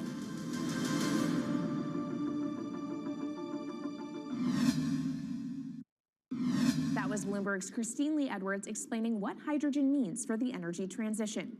But how are businesses approaching the sector? Well, one of Australia's richest men is making a big play into hydrogen. Andrew Forrest, better known as Twiggy, made his fortune from iron ore, being the chairman, former CEO, and major shareholder in Fortescue Metals, one of the world's biggest miners. But after having made over $10 billion in profit from the metal in the last fiscal year, Twiggy wants to transform Fortescue into a clean energy company. He's been scouring the planet in search of investment opportunities in hydrogen and renewables. The firm plans to allocate up to 10% of its annual profits for green energy investments and is exploring projects across the globe, from Indonesia to Argentina. Francine Lacqua caught up with Twiggy Forrest. There's only one type of clean hydrogen, all the rest is dirty. Yeah. That is green. If you just say green hydrogen is clean, the rest is dirty, then you've actually nailed it. And, you know, anyone else who produces any other rubbish, any other argument, just look them there and say, why is global warming accelerating if anything you're saying is true? And then you'll know, actually, it's greenwashing. Yeah, but there's a lot of greenwashing because I keep on being told it's a transition. We can't just, make the transition at a click of a finger. So what are we doing wrong? What can we do better? I don't remember the personal computer having to transition the typewriter. I really don't remember that. I don't remember the smartphone having to transition the pocket calculator and the old landline. You know, its transition line is complete rubbish. The lie got put to it 2 days ago when JCB, a really loved British company, every right for the country to be part of JCB, and Fortescue, holding a bit of a similar reputation, fantastic track record, everyone's done super well from Fortescue, huge balance sheet, super strong. When those two companies got together and agreed a $7 to $9 billion US agreement per annum, right, then that's a real wake-up call to say, hang on, green hydrogen is obviously commercial now. You know, every other form of fossil fuel hydrogen, you know, it can compete with it on price, it can probably lose on price, but what we know, it is cooking the planet. And only green hydrogen zero methane, zero carbon in the supply chain. Don't worry about the molecules in the supply chain. But at the moment, we're not even phasing out coal, if you look at the G20 communique. So we have a long way to go to talk about only using green hydrogen. Yeah, so look, I have a call, which I'd like to make now, that the world should not fund any more coal-fired power stations, coal mining projects, ever. We should wind them down as quickly as possible because they are cooking the planet just like grey and blue hydrogen is cooking the planet. Yeah. You know, hydrogen, which is not made from renewable electricity, is releasing 10 to 16 times more carbon, let alone the methane, which is worse, than it is hydrogen. So we've just got to stop doing things which are self-harming under the guise of greenwashing. So why are leaders so slow? Even if you look at the appetite for ESG investments, they're growing exponentially, so are emissions. So where are we allocating capital? Okay, so take the recent G20. There's probably a reason why there wasn't strong action coming out of the G20 because people were not aware that major transactions between large companies were taking place now on green hydrogen, that actually this pollution-free all the way through the supply chain fuel was now being transacted at multi-billion-dollar scale. If they'd known that, I don't believe any sovereign leader or any energy minister or climate change minister could not take ultra seriously that green hydrogen is now here to stay. It's broken through. History has been made. It will never go back. Okay, what is the one thing that you would tell leaders today and business leaders? How do we transition faster than what we are now because we're at real risk of missing our targets? Oh, so that's really simple. You stop funding, you stop subsidizing, you stop using money into fossil fuels. It could be carbon sequestration, it could be fuel rebates, it could be anything. Hundreds of billions of dollars getting ashed while we ash the planet on fossil fuel subsidies. Because we haven't had that renewable electricity, we haven't had that green hydrogen, we've kind of been pushed down. It's all sorts of excuses. Oh, it'll never be commercial, it'll never be supplied in the quantities we need it, you know, blah, blah, blah. Now we know, let's take action. It's practical, it's implementable, let's do it now. Okay, if we do it now, is there going to be a shock to the energy system? Is there going to be a shock actually to economically? And is it worth, you know, not talking about transition, just going from A to B? Yeah, it's a fantastic question. A to B is the solution. Let fossil fuels do what fossil fuels do. Just burn their coal, burn their oil, burn the gas. At least they're pumping up carbon and methane into the atmosphere, honestly. Well, not that honest because they don't measure methane, which is 90 times worse than carbon. But at least the carbon is being done honestly. Encourage the green hydrogen sector to come in really fast. Okay, it's there. There's renewable power all over the world. We now know how to make electrolyzers much cheaper, like 25% of the original cost. We know how to do that now. We don't have an excuse to get into it. Does it need to be cheaper than oil and fossil fuel for it to be viable worldwide? Well, right now it is. Okay, so let's just swallow that bit of financial data. Right now it is cheaper, and it's getting more cheap. It's the only fuel you know of which is declining in value. You don't have enough of it, right, to power the world. Yes, that's only because we haven't had policies to support it. If we had policies to support it 5-10 years ago, it would be everywhere. You'd see the global warming budget start to come down. Now, we've got 5 or 10 years to make a huge difference. I need policy leaders all over the world to appreciate now, okay, big business is transacting with green hydrogen in multi-billion-dollar agreements. We now know it's here and it's here to stay. Let's spread it everywhere. Coming up on the program, the hydrogen revolution. We'll speak with the CEO of Italian utility firm Snam about his new book and why he thinks green hydrogen will be competitive in just 5 years. Plus, how are airlines working to become more sustainable? We'll look at how Airbus plans to step up in the climate fight. This is Bloomberg Green.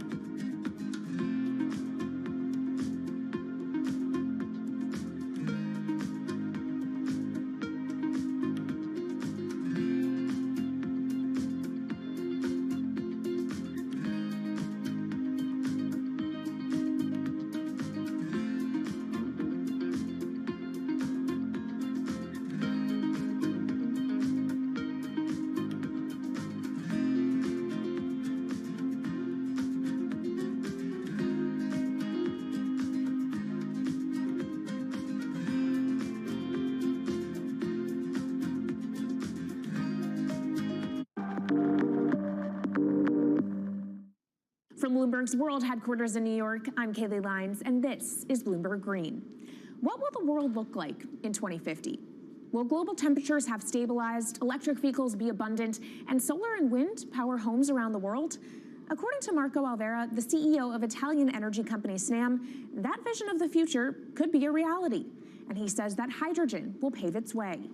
As he tells it in his new book, The Hydrogen Revolution, Alvera's moment of reckoning came in November 2018 when he tasked the Snam Scenarios team with studying how Europe could reduce its CO2 emissions to zero by 2050. Looking through the results of the study, Alvera said he was struck by how much hydrogen was in Europe's energy mix by that year. Beyond the abundance of hydrogen, the Snam model also predicted that it would be the cheapest form of decarbonized energy for many sectors, and that it could be cheaper than today's prices for oil, coal, and nuclear power. Our Maria Tadeo spoke with Alvera at COP26. It's happening all very fast. We see the cost of hydrogen coming down a lot. Hydrogen will play a big role in the energy mix. I don't know if it's going to be 15 or 25% of a fully decarbonized energy system, but it's going to be big. Costs are coming down, and people are waking up to the fact that it's the only way to decarbonize certain sectors, the so-called hard-to-abate sectors. And you say it's the only way and the costs are coming down. Where do you see prices moving? Because a lot of the reticence at times has to do with the pricing, that some argue, well, it's still not the cheapest option on the market. So when I was first working in hydrogen in 2004, it was costing $1,000 per megawatt hour. 2010, $600. Today, $100, and we see it going down to $50 in 5 years' time, and to going down to $25 per megawatt hour in the next 10 years or so, which is a quarter of where it is today. That's really because renewable energy, and we're talking green hydrogen here, renewable energy costs are falling, but the cost of making the electrolyzer, which is the kit that you use to convert solar or wind energy and water into hydrogen, the cost of this kit is falling a lot because it doesn't really exist on an industrial scale. So as we build up capacity, we industrialize it, we standardize it, and we squeeze costs out. That's really the cost trajectory. And for that, of course, you need demand, however, for governments and also institutions to kind of buy into this idea that it is the future and we want to invest and create infrastructure. What are they telling you? When you speak to governments, when you speak to officials, are they keen on this? They're very keen. So the Department of Energy shares our view in the States of getting to below $1 a kilo, which is $25 a megawatt hour. The European Union has a hydrogen strategy, which is very clear, and several member states have the same. Chile wants to export a lot of hydrogen. China's big on hydrogen. Australia is very big on hydrogen. Japan is blending already hydrogen. So I would say the world is now really focused on this because it's the only way to store energy for a long period of time economically is to convert it into either a liquid or a gas. And of course, you talk about the price, but the other big component is the volume. You know, how big can you go? Where do you see that on a time scale? So wherever it's sunny or windy, you can produce very cheap hydrogen eventually. And so compared to oil and gas, which are concentrated in a few parts of the world, it's going to be very democratic from that point of view. So every sunny place, every desert, every ocean wind can be turned into hydrogen that we can put on ships, in pipes, and really start trading it around the world. So it's going to happen a lot faster than a lot of people think. So, and when you say a lot faster, what is that in time? As I said, $50, which is essentially oil parity within 5 years. And then, depending on how quickly we ramp it up after that, we could get to $25, which is coal parity before the end of the decade. And in big scale. In big scale, because once you get to coal parity, that's the only way we're going to get China and India to stop burning new coal.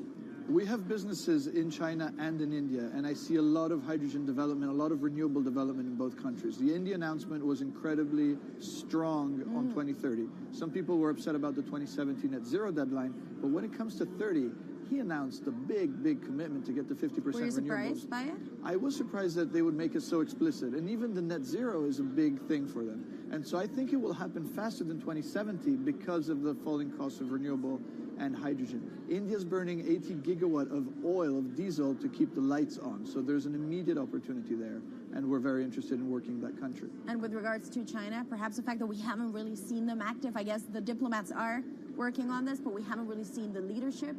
It's going to be technology, it's going to be industry. I think China has committed to a net zero, which is very important. At the G20, China was clearly behind the 1.5 degrees. So I think a lot has been achieved between the G20 and COP. And I think what's really important is to see in the coming years how quick it's in our hands to make part of this happen in 5 years, or it could otherwise happen in 15, 20 years. It's about building the project. The capital is there. We saw how many trillions of dollars are already committed. What's missing is really the projects, and that's where companies like us step in. Marco Alvera, CEO of SNAM there, speaking with our Maria Tadeo. Let's turn now to the aviation industry. It's a big contributor to global greenhouse gas emissions, and it's under pressure to change that.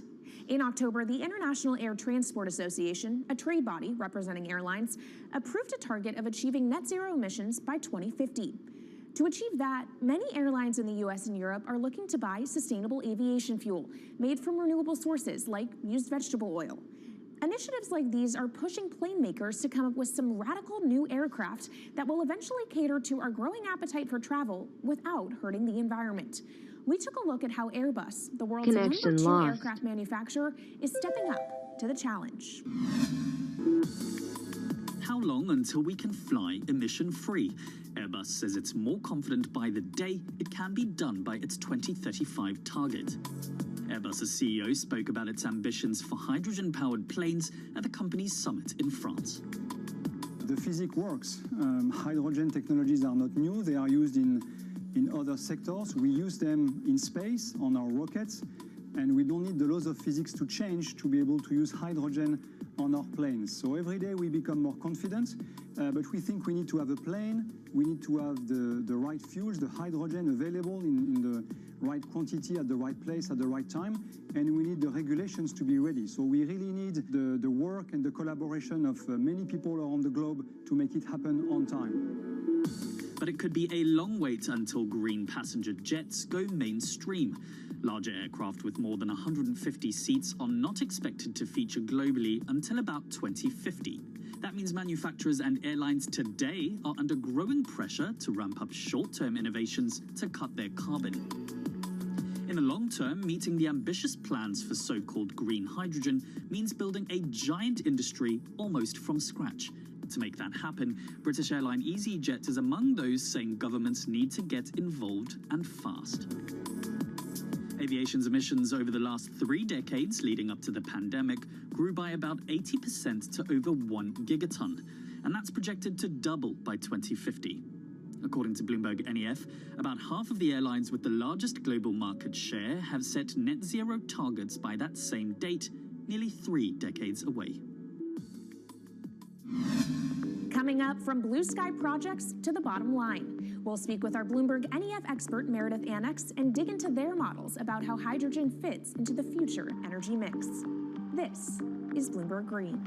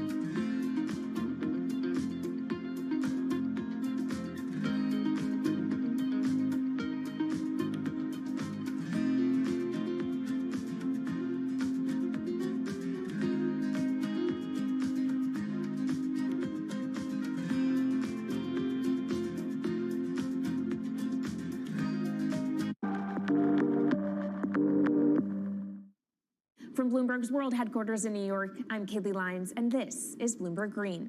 Now let's bring in Meredith Annex, our Bloomberg NEF hydrogen specialist, to talk more about how hydrogen could change the energy landscape. So Meredith, what place do you think hydrogen is likely to have in the future energy mix globally? Hydrogen's this incredible solution for us as we look to decarbonize because it's a perfect solution in areas that are hard to electrify. So where we like to think about hydrogen playing a role, it's in things like heavy industry, especially where you need a feedstock as well as energy source, and in things like dispatchable power, long-haul transport, maybe even shipping and aviation. That sounds great that it can be used for such diverse industries. At the end of the day, though, how much is this going to cost? Well, that's the amazing thing about hydrogen, because depending on how you make it, it can actually see significant cost declines in the future. So when we're talking about clean hydrogen, we usually mean green hydrogen produced from renewable electricity. And in that case, your hydrogen is almost as cheap as the renewables that are used to make it. So if you're in a place with really good renewable resources, you'll be able to have cheaper hydrogen. But even in places with less good resources, we think that hydrogen can be cheaper than $1 per kilogram, which is the price of unabated hydrogen today, and around $8 per million BTUs for those who prefer to think in energy units. And that can be achieved anywhere in the world by 2050, we believe. All right, so let's talk about kind of the pros and cons list. I don't know where cost fits into that, but what are the advantages to hydrogen over other renewables, and then what are the drawbacks? Yeah, main advantage is the fact that hydrogen can serve roles that electrons struggle with. And that's things like seasonal storage, for instance, or just anything where you need storability, where electrons are harder to store, hydrogen is going to be easier. That also leads to a downside, though, because hydrogen is less energy dense than the usual things that we use for storable energy today, like coal or oil or natural gas. So you will need more volume of storage to handle the same amount of energy. Let's talk about the viability as well and how it may differ in different geographies. What is your view on that? Yeah, so for green hydrogen, again, from renewable electricity, really places with the best renewable resources, things like Latin America or the Middle East, even Southern Europe, have really, really good potential for producing hydrogen. And then when you're looking at blue hydrogen, which is produced from natural gas or coal with carbon capture and storage, we do see that becoming more expensive than green hydrogen in the future, especially as renewable electricity costs come down. But that can be a viable option in places like the US Gulf Coast or Russia, where you've got good geological storage for the carbon, as well as ample natural gas that's quite cheap. All right, great breakdown. Thank you so much to our Meredith Annex, our Bloomberg NEF hydrogen specialist. And of course, you can get more from the Bloomberg NEF team on the terminal and online. And they've recently done a podcast called Hydrogen 101 as part of its Switched On series. So from iron ore titans pivoting to cleaner energy to talk of a hydrogen revolution, that's it from this week's edition of Bloomberg Green. We'll be back next week with a deep dive into the state of electric vehicles. And you can keep the conversation going by following us on YouTube, Instagram, and Twitter @Climate. I'm Kaylee Lyons from Bloomberg's World Headquarters in New York, and this is Bloomberg Green.